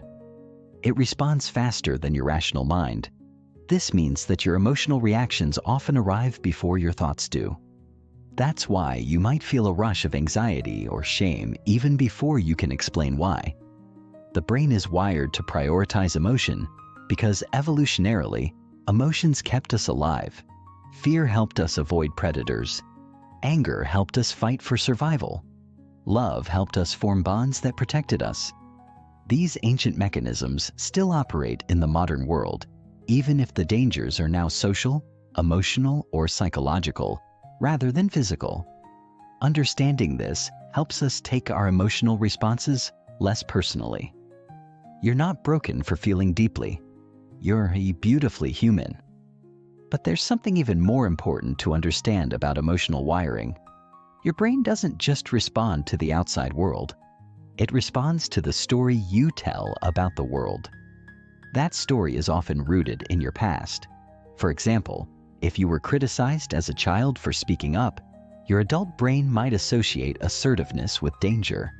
So now, every time you try to express yourself, you feel an inexplicable wave of anxiety. It's not because there's real danger in the present moment. It's because your emotional mind is still reacting to old programming. This is why emotional healing is less about getting over the past and more about updating your internal story. You have to show your nervous system that the present is safe, that who you are now can hold space for the pain you felt then. This is where self-awareness becomes powerful, because the moment you can witness your emotional patterns without judgment, you begin to change them. One of the greatest myths in personal development is that emotional mastery means not feeling or staying calm all the time. That's not mastery, that's suppression. True emotional mastery is the ability to feel fully without being consumed. It's the capacity to sit with discomfort, trace it back to its roots, and respond with care rather than reactivity. That kind of mastery begins with curiosity. Next time a difficult emotion rises, shame, rage, jealousy, grief, don't push it away. Ask it what it needs. Ask what it's trying to protect. Emotions are not here to punish you. They are here to guide you. And more often than not, they are asking for something simple: to be seen, heard, and integrated. The moment you stop fighting your emotions and start forming a relationship with them, your inner landscape begins to shift. You move from chaos to clarity, from confusion to coherence. Let's break down what that relationship can look like, practically speaking. First, you need to create space for emotional presence. That means moments in your day where you're not distracting yourself, numbing out, or staying hyper busy to avoid what you feel. This might look like a quiet morning ritual, a journal check-in, a walk without your phone, whatever allows you to hear yourself. In those moments, tune in. Ask, what's alive in me right now? Don't try to fix it. Just name it. I feel overwhelmed. I feel disconnected. I feel quietly hopeful. Naming the emotion is a powerful act. Neuroscience shows that labeling a feeling reduces the intensity of the emotion in the brain. This process, sometimes called affect labeling, helps shift activity from the emotional centers to the logical ones. In short, naming your feelings helps you move through them rather than be ruled by them. But emotional fluency isn't just about self-awareness. It's about emotional responsibility. That means learning to hold your emotions without making them someone else's problem. It's the difference between owning your anger and projecting it, between sharing your sadness and manipulating with it. Emotional responsibility is the foundation of emotional trust. When you learn to sit with your feelings and express them in a grounded, non-blaming way, your relationships change. People begin to feel safer with you. You begin to feel safer with yourself. And this creates space for deeper connection, both inwardly and outwardly. It's not that the emotions go away. It's that they no longer control you. You move from emotional reactivity to emotional agency. There's something else we need to talk about here: emotional layering. Often, the emotion we think we're feeling is just the top layer. Underneath anger, there may be hurt. Beneath hurt, fear. Beneath fear, a longing for connection. If you don't slow down enough to unpack these layers, you'll keep reacting to the surface while missing the root. That's why deep emotional work often involves slowing down, sitting with a feeling long enough to ask, what else is here? This is not easy. It requires patience, gentleness, and often support. But the insights that emerge from this kind of inquiry are life-changing. You begin to see patterns, old wounds replaying themselves in new situations. And once you see the pattern, you can interrupt it. You can choose a new response. That's what healing is. Not erasing the past, but responding to the present from a place of awareness, not autopilot. Let's pause and acknowledge something important. Doing this work takes immense courage. To face your inner world with honesty is one of the bravest acts you can undertake. It means admitting that you're carrying things you didn't choose, that some of your coping mechanisms were once survival strategies, that parts of you are still hurting. But here's the good news. The very fact that you are willing to look inward means healing is already underway. The willingness to feel is the beginning of freedom. So if you're here, reading this, taking these words to heart, know this: you are already doing the work. You are already on the path. In the parts to come, we'll dive deeper into emotional intelligence, exploring tools for regulation, inner child healing, boundary work, and how to create emotional safety, both internally and in relationships.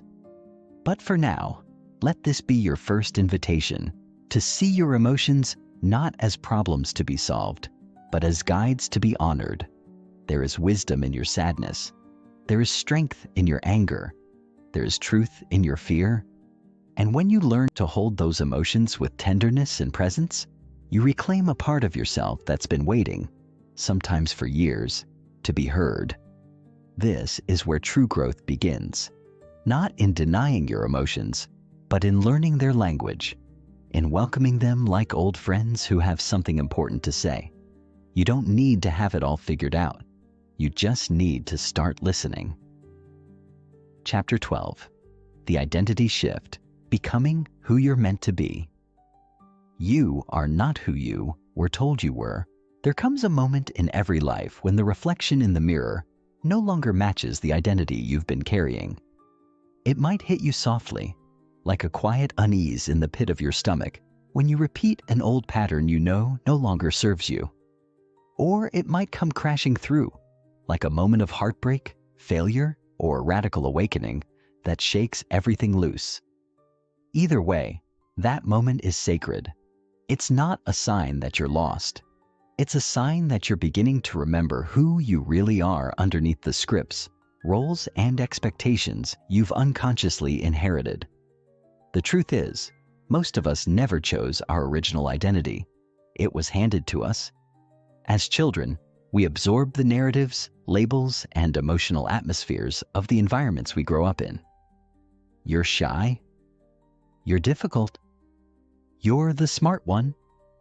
You're too sensitive. And without realizing it, we internalize those labels as facts. They become the scaffolding of how we see ourselves in the world. But here's the liberating truth. Identity is not fixed, it's fluid. And once you become conscious of the story you're living, you can rewrite it. Let's begin at the beginning. Because identity isn't just a list of adjectives or personality traits. It's a collection of beliefs, reinforced by experiences, that define what we think is possible for us. And those beliefs often run beneath our awareness. You might believe, for instance, that you're not the kind of person who takes risks, or that success is for other people, or that you have to work yourself into the ground to be worthy. These aren't just thoughts. They're identity-level beliefs. They influence everything from the goals you set to the way you respond to feedback. to the kinds of relationships you allow yourself to have. What's more, the brain has a powerful tendency toward confirmation bias. That means it looks for evidence to support the identity you already believe in. If you believe you're bad with money, for example, your brain will unconsciously interpret financial mistakes as proof. And this creates a loop. Belief becomes behavior, becomes reality, becomes reinforcement. Unless something or someone interrupts the loop. And that interruption can be you. In fact, it has to be you. The first step in the identity shift is becoming the observer of your own self-concept.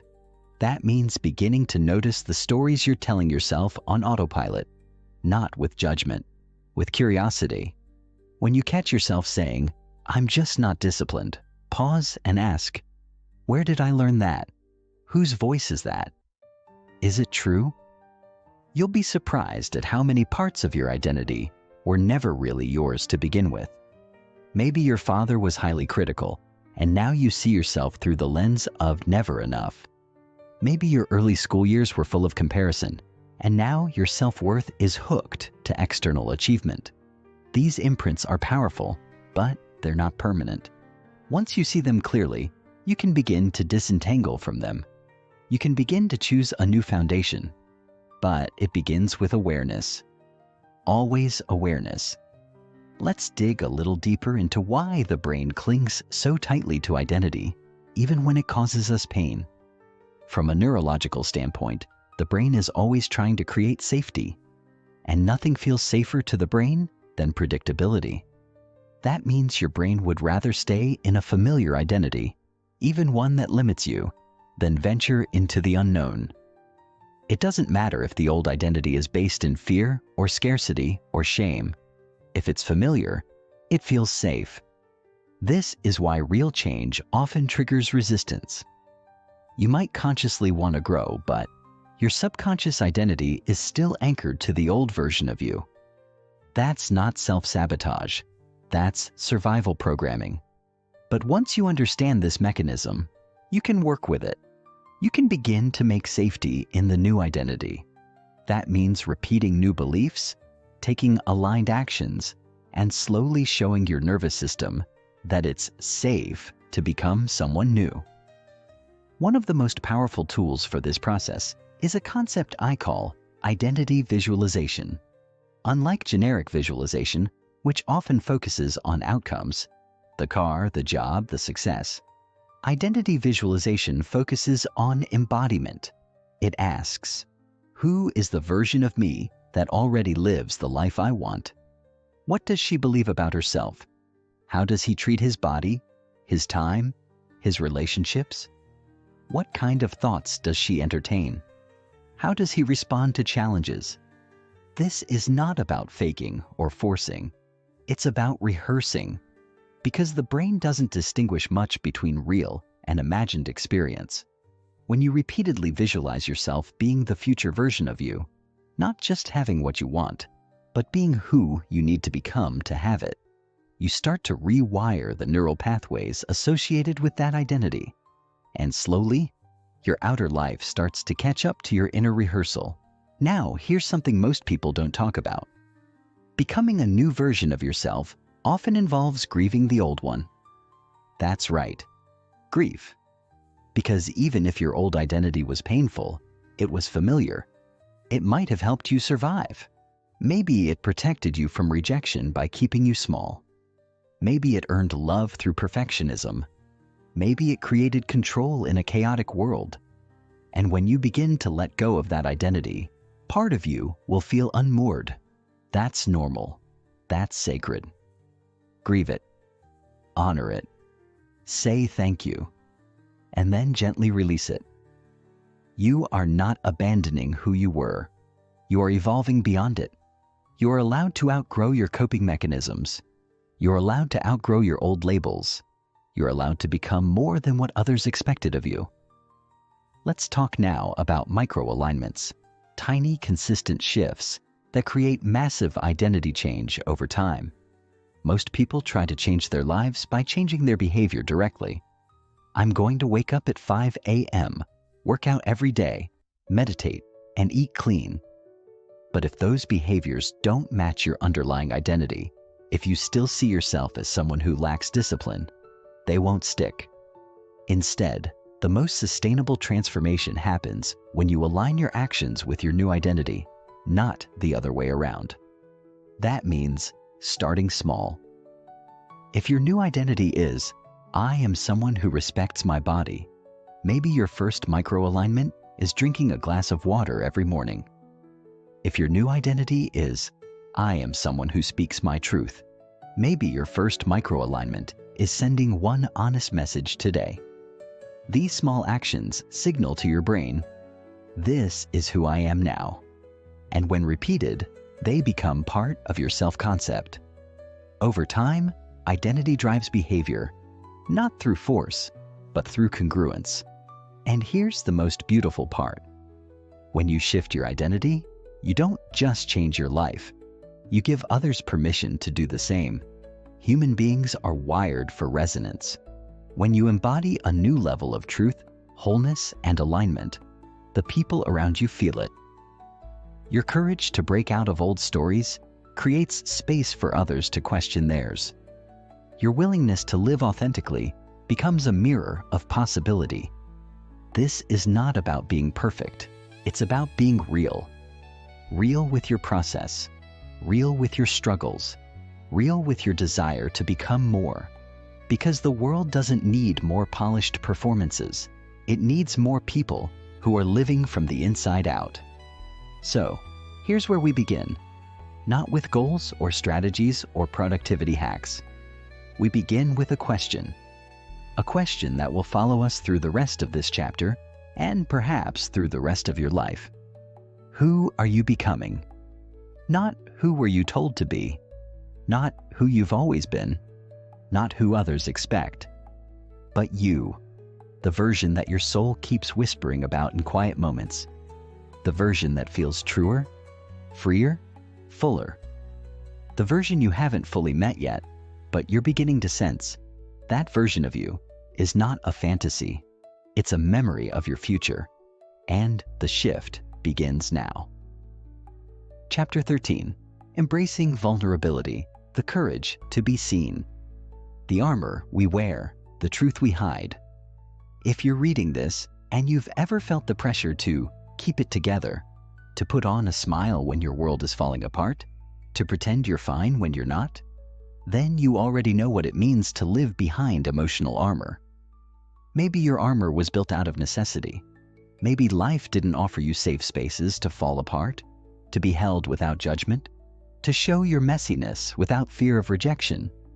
And so, over time, you learn to perform strength, to package your pain in silence, to filter your truth so you wouldn't make others uncomfortable. That armor probably served you. It got you through hard seasons. It helped you survive. But now you're being called to do more than survive. You're being called to live. And to truly live, to connect, to love, to create, to grow, you have to be seen. Not the polished version of you, the real you. And that starts with vulnerability. Vulnerability at its core is the willingness to be emotionally exposed. It means saying, this is who I am, without knowing how the world will respond. It means showing up without a guaranteed outcome. It's the trembling hand that reaches out first, the quiet confession of fear or longing, the brave, imperfect truth. And it's terrifying, because to be vulnerable is to risk being hurt. That fear is ancient. Our brains are wired to associate vulnerability with danger, because in our evolutionary past, being rejected by the group could literally mean death. So now, even in the modern world, where rejection doesn't threaten our survival, it can still feel like it does. That's why many of us would rather numb our emotions, control our image, or disappear into perfectionism than risk the raw, unfiltered exposure of vulnerability. But here's the paradox. The thing we most crave, true connection, can only happen through the very vulnerability we're afraid of. Think about the moments in your life when you felt closest to another human being. Chances are, those weren't the moments when everything was perfect. They were probably the moments when you or someone else let the mask drop. When someone said, "I'm scared," or "I don't know what I'm doing," or "I need help." Those moments don't push us apart, they pull us together. Why? Because they remind us we're not alone. We recognize ourselves in each other's imperfections. We feel less isolated in our own. And in that recognition, healing happens. Not just emotionally, but physiologically. Research shows that vulnerability builds trust, releases oxytocin, the bonding hormone, and even lowers cortisol levels. It's not just spiritual, it's biological. We are literally wired to connect through authenticity. And yet, we resist it because it asks so much of us. To understand vulnerability, we have to understand the stories we tell ourselves about what it means to be strong. Most of us grew up with distorted definitions of strength. We were told that strength looks like never crying, never needing, never breaking. We were told that strength is stoicism, silence, independence at all costs. But that version of strength is brittle. It breaks under pressure. True strength is supple. It bends. It allows emotion to move through. It makes room for softness. And the truth is, it takes far more courage to say, "I'm struggling," than it does to pretend everything's fine. Pretending is easy. Honesty is hard.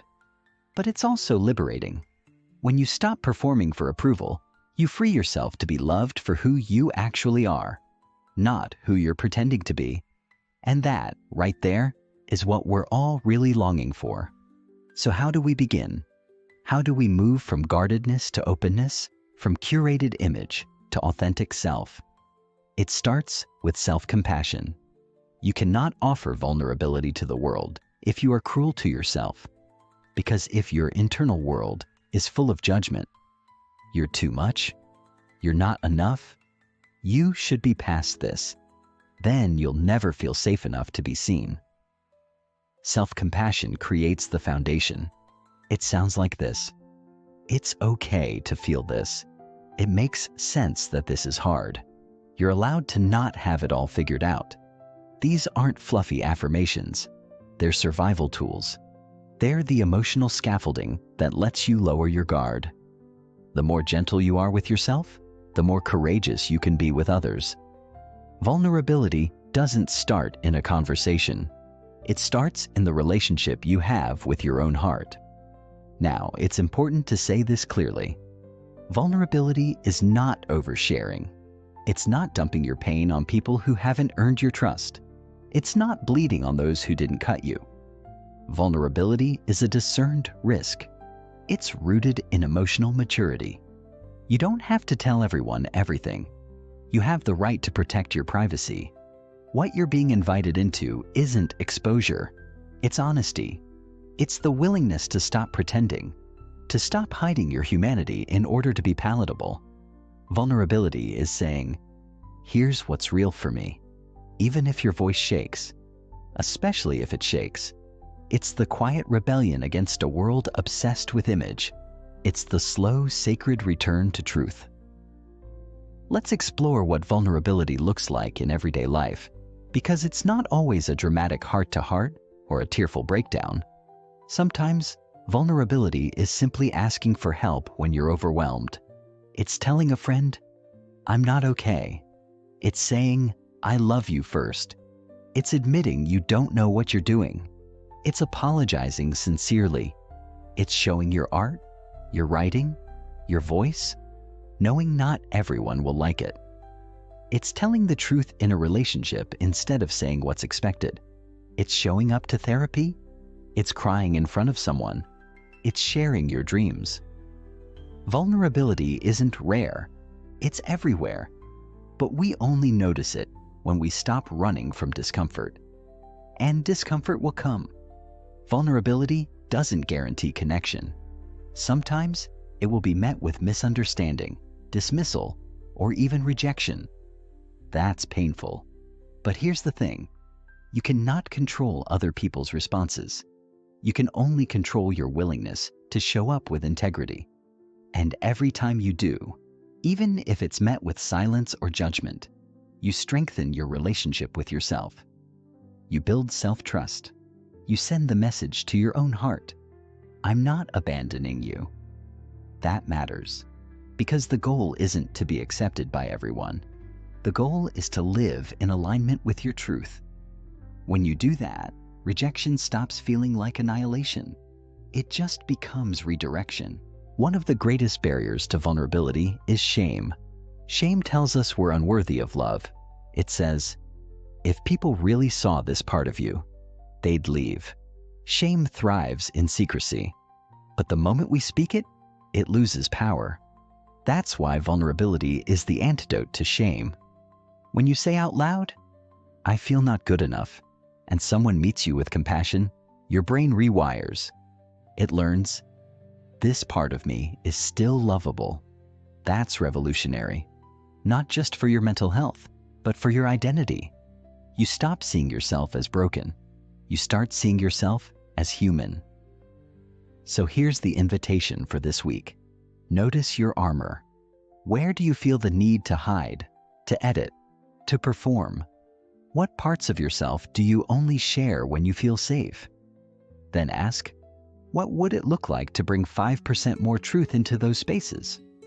Not 100%, just 5%.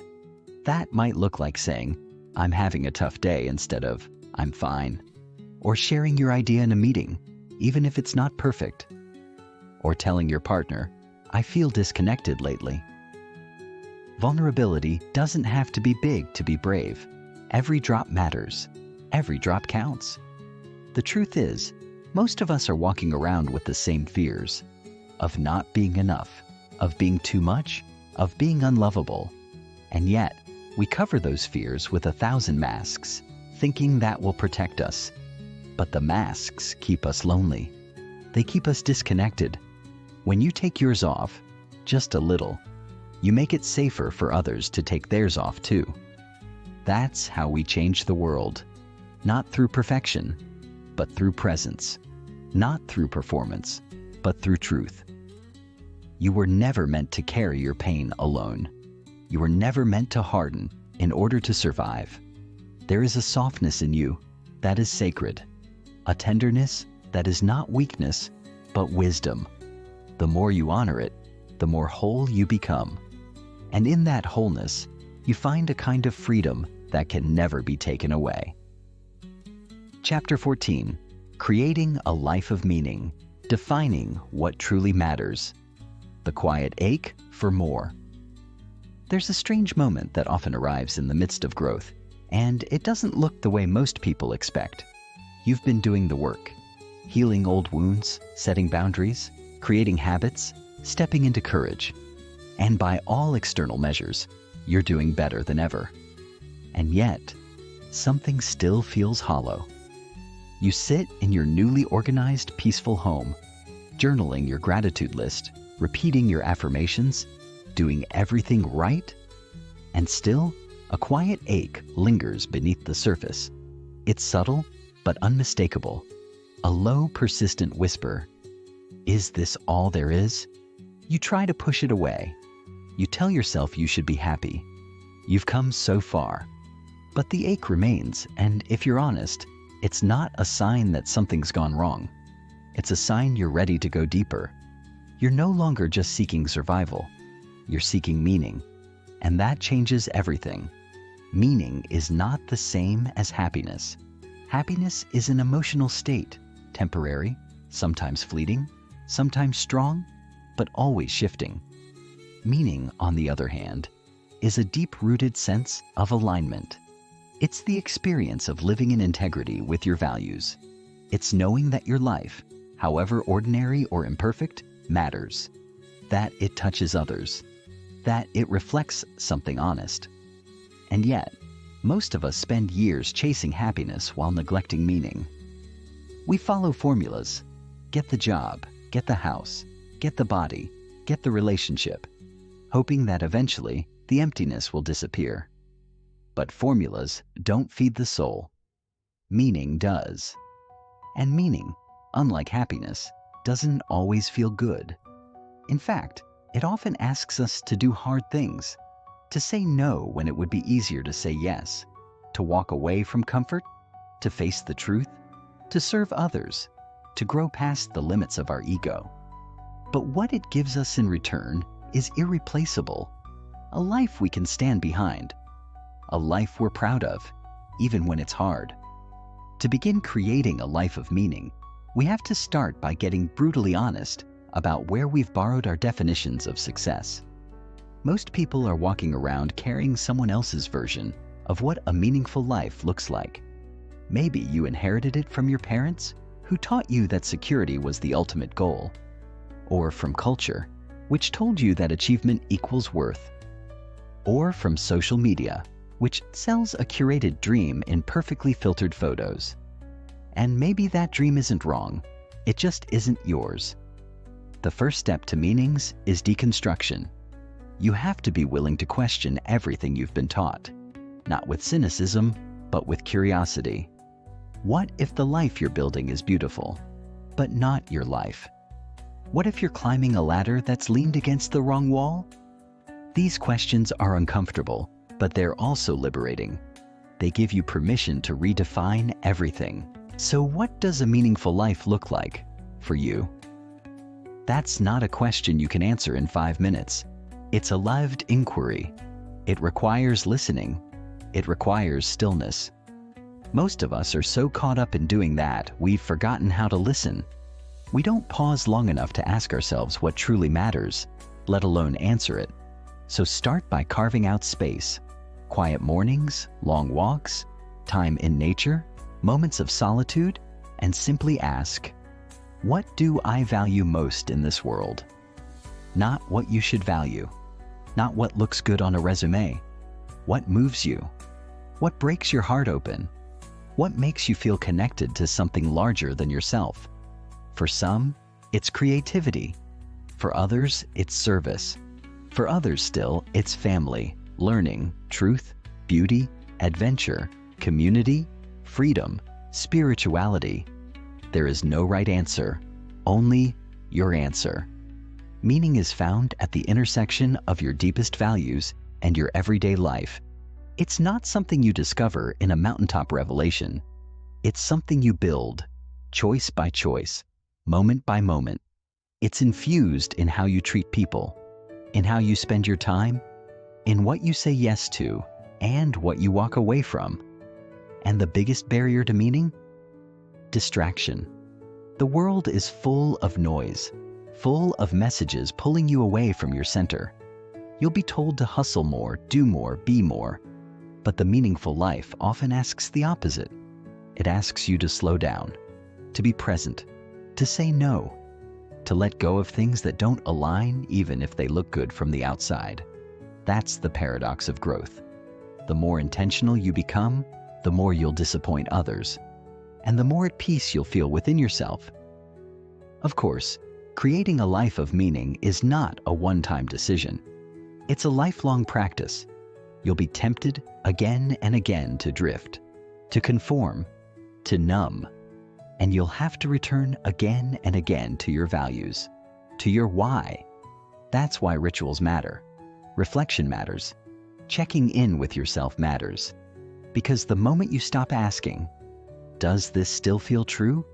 Is the moment you start living on autopilot. Meaning requires maintenance. It asks for your attention. But it's worth every bit of effort because it gives you something no achievement ever can. A sense of internal alignment. A feeling of rightness even in chaos. A quiet knowing that you're living in accordance with your soul. It's also worth saying that a meaningful life doesn't have to be flashy. In fact, some of the most meaningful lives are also the most ordinary. They're not lived on stages or in spotlights. They're lived in kitchens, in classrooms, in forests, in quiet acts of kindness. They're built in the way you care for your child, the way you listen to a friend, the way you keep showing up when it's hard. The ego wants significance. The soul wants meaning. Don't confuse the two. You don't need to be extraordinary to live a meaningful life. You just need to be real, to be present, to be aligned. That's enough. That's more than enough. If you're struggling to find meaning, it might be because you're disconnected from your story. Sometimes we can't access purpose because we haven't fully processed our past. We're still carrying shame, regret, grief, or guilt. We're stuck in loops of I should've or if only. But here's the truth. Your pain is part of your path. Your mistakes, your heartbreaks, your detours, they're not detours at all. They're part of what gives your life texture, empathy, wisdom. Meaning doesn't come from perfection. It comes from redemption. It comes from taking what you've lived through and using it to help, to heal, to create, to connect. You don't need to erase your past to find purpose. You need to integrate it. That's what wholeness is. Not a spotless story, but an honest one. There's one more piece we have to name here, and it's this. Meaning is deeply connected to contribution. Human beings are wired for impact. We want to matter, not just to ourselves, but to others. That doesn't mean you have to become a martyr or burn yourself out in service, but it does mean that part of your fulfillment will come from giving, from using your gifts to make the world a little better. Maybe that means mentoring someone. Maybe it means building something. Maybe it means raising a child, starting a business, writing a book, planting a garden, being a safe space for others. The how doesn't matter. The heart behind it does. When you align your life with something greater than yourself, your days stop feeling empty. They start feeling sacred. So here's the first step. Pause. Before you keep chasing the next goal, take a moment to ask, is this aligned with what matters most to me? If the answer is yes, keep going. If it's not, get curious. Don't judge yourself. Just explore. What would it look like to choose differently, even in small ways? What would it feel like to come home to your own values, your own rhythm, your own truth? Because that's what this is really about. Not just changing your mind, but shifting your entire orientation from outside in to inside out, from achievement to alignment, from survival to meaning, from noise to depth. Chapter 15. Becoming the author of your life, living from the inside out, waking up from the script. There comes a moment in every journey of transformation where we begin to see, clearly and maybe for the first time, that we've been living by a script we didn't write. We've been acting out lines handed to us by other people, parents, teachers, partners, society. Some of those lines were meant to protect us. Others were rooted in fear, shame, control. Many were passed down unconsciously, generation after generation. And though we've tried to make the most of the role, tried to improvise and adapt, something never quite fit. Something inside us has always felt slightly off script, like we were born for a different story, one that hasn't been written yet, one that is waiting for our voice, our choices, our truth. This is the chapter where we claim that authorship, where we begin, truly and courageously, to write a life that reflects who we are, not who we've been told to be. It's a radical act, this waking up, because it means questioning everything you've taken as given. It means looking at your life, not with blame, but with honesty, and asking, where did this belief come from? Who taught me to think this way about myself? When did I first learn that I had to shrink to be loved, or strive to be worthy, or stay silent to be safe? These aren't easy questions. They're not meant to shame you. They're meant to free you. Because when we don't ask them, we live on autopilot. We become characters in someone else's story. But when we do ask them, when we bring light to the unconscious scripts, we begin to reclaim our power. The truth is, no matter how long you've lived by default, you can begin at any moment to live by design. And the first step is awareness. Start with the stories. Every one of us carries a collection of core stories about who we are, what's possible, and what we deserve. These stories shape everything: our relationships, our careers, our inner dialogue.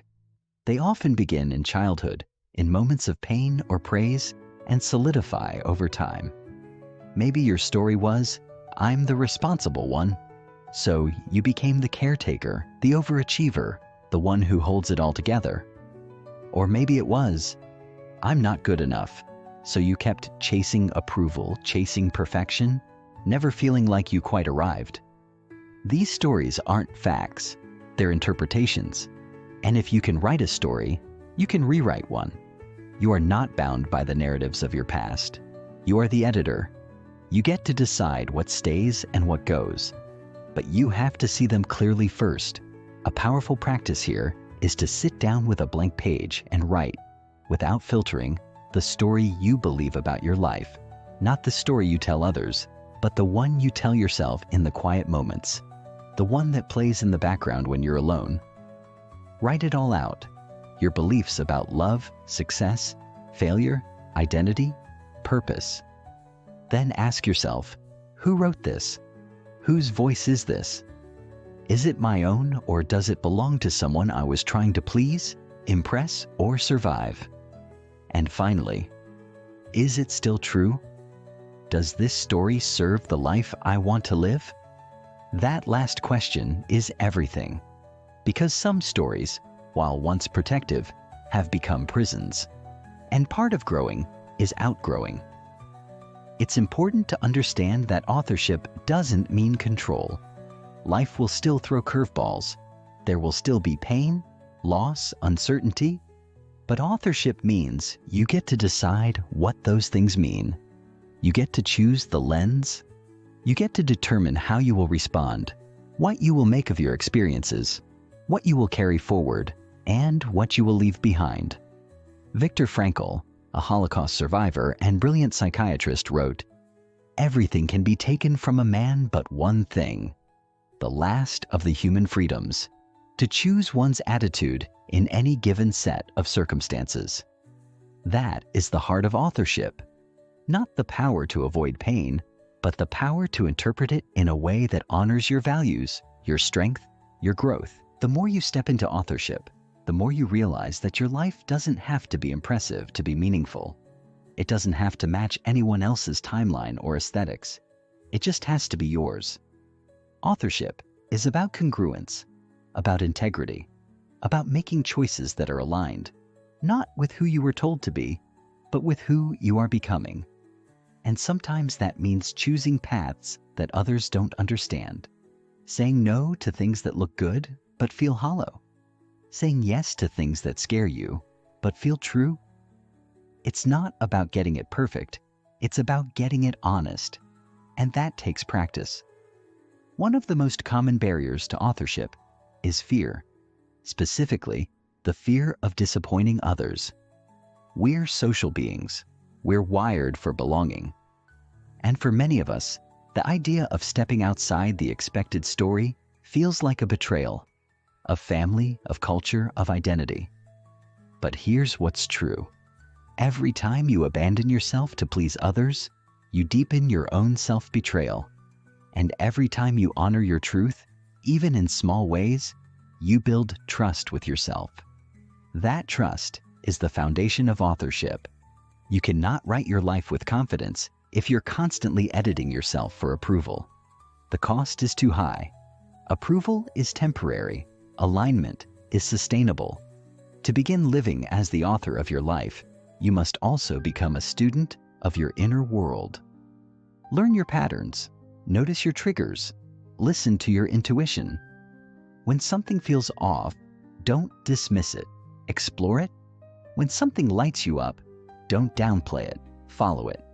You are constantly being guided, but most of us have been trained to ignore the signals. We override our instincts with logic, with fear, with shoulds. But authorship is about reclaiming your inner authority. It's about letting your values, not your fear, be the compass. Letting your truth, not your conditioning, be the guide. And remember, your story doesn't have to be dramatic to be powerful. It just has to be real. Some people think they need a big transformation to feel worthy of a new story. They think they need to burn everything down, quit their job, move to another country, start over completely. And sometimes, sure, that's what life asks of us. But often, authorship happens in the small moments, in the decision to speak up, to rest, to try again, to tell the truth, to forgive yourself, to start writing that book, to ask for help.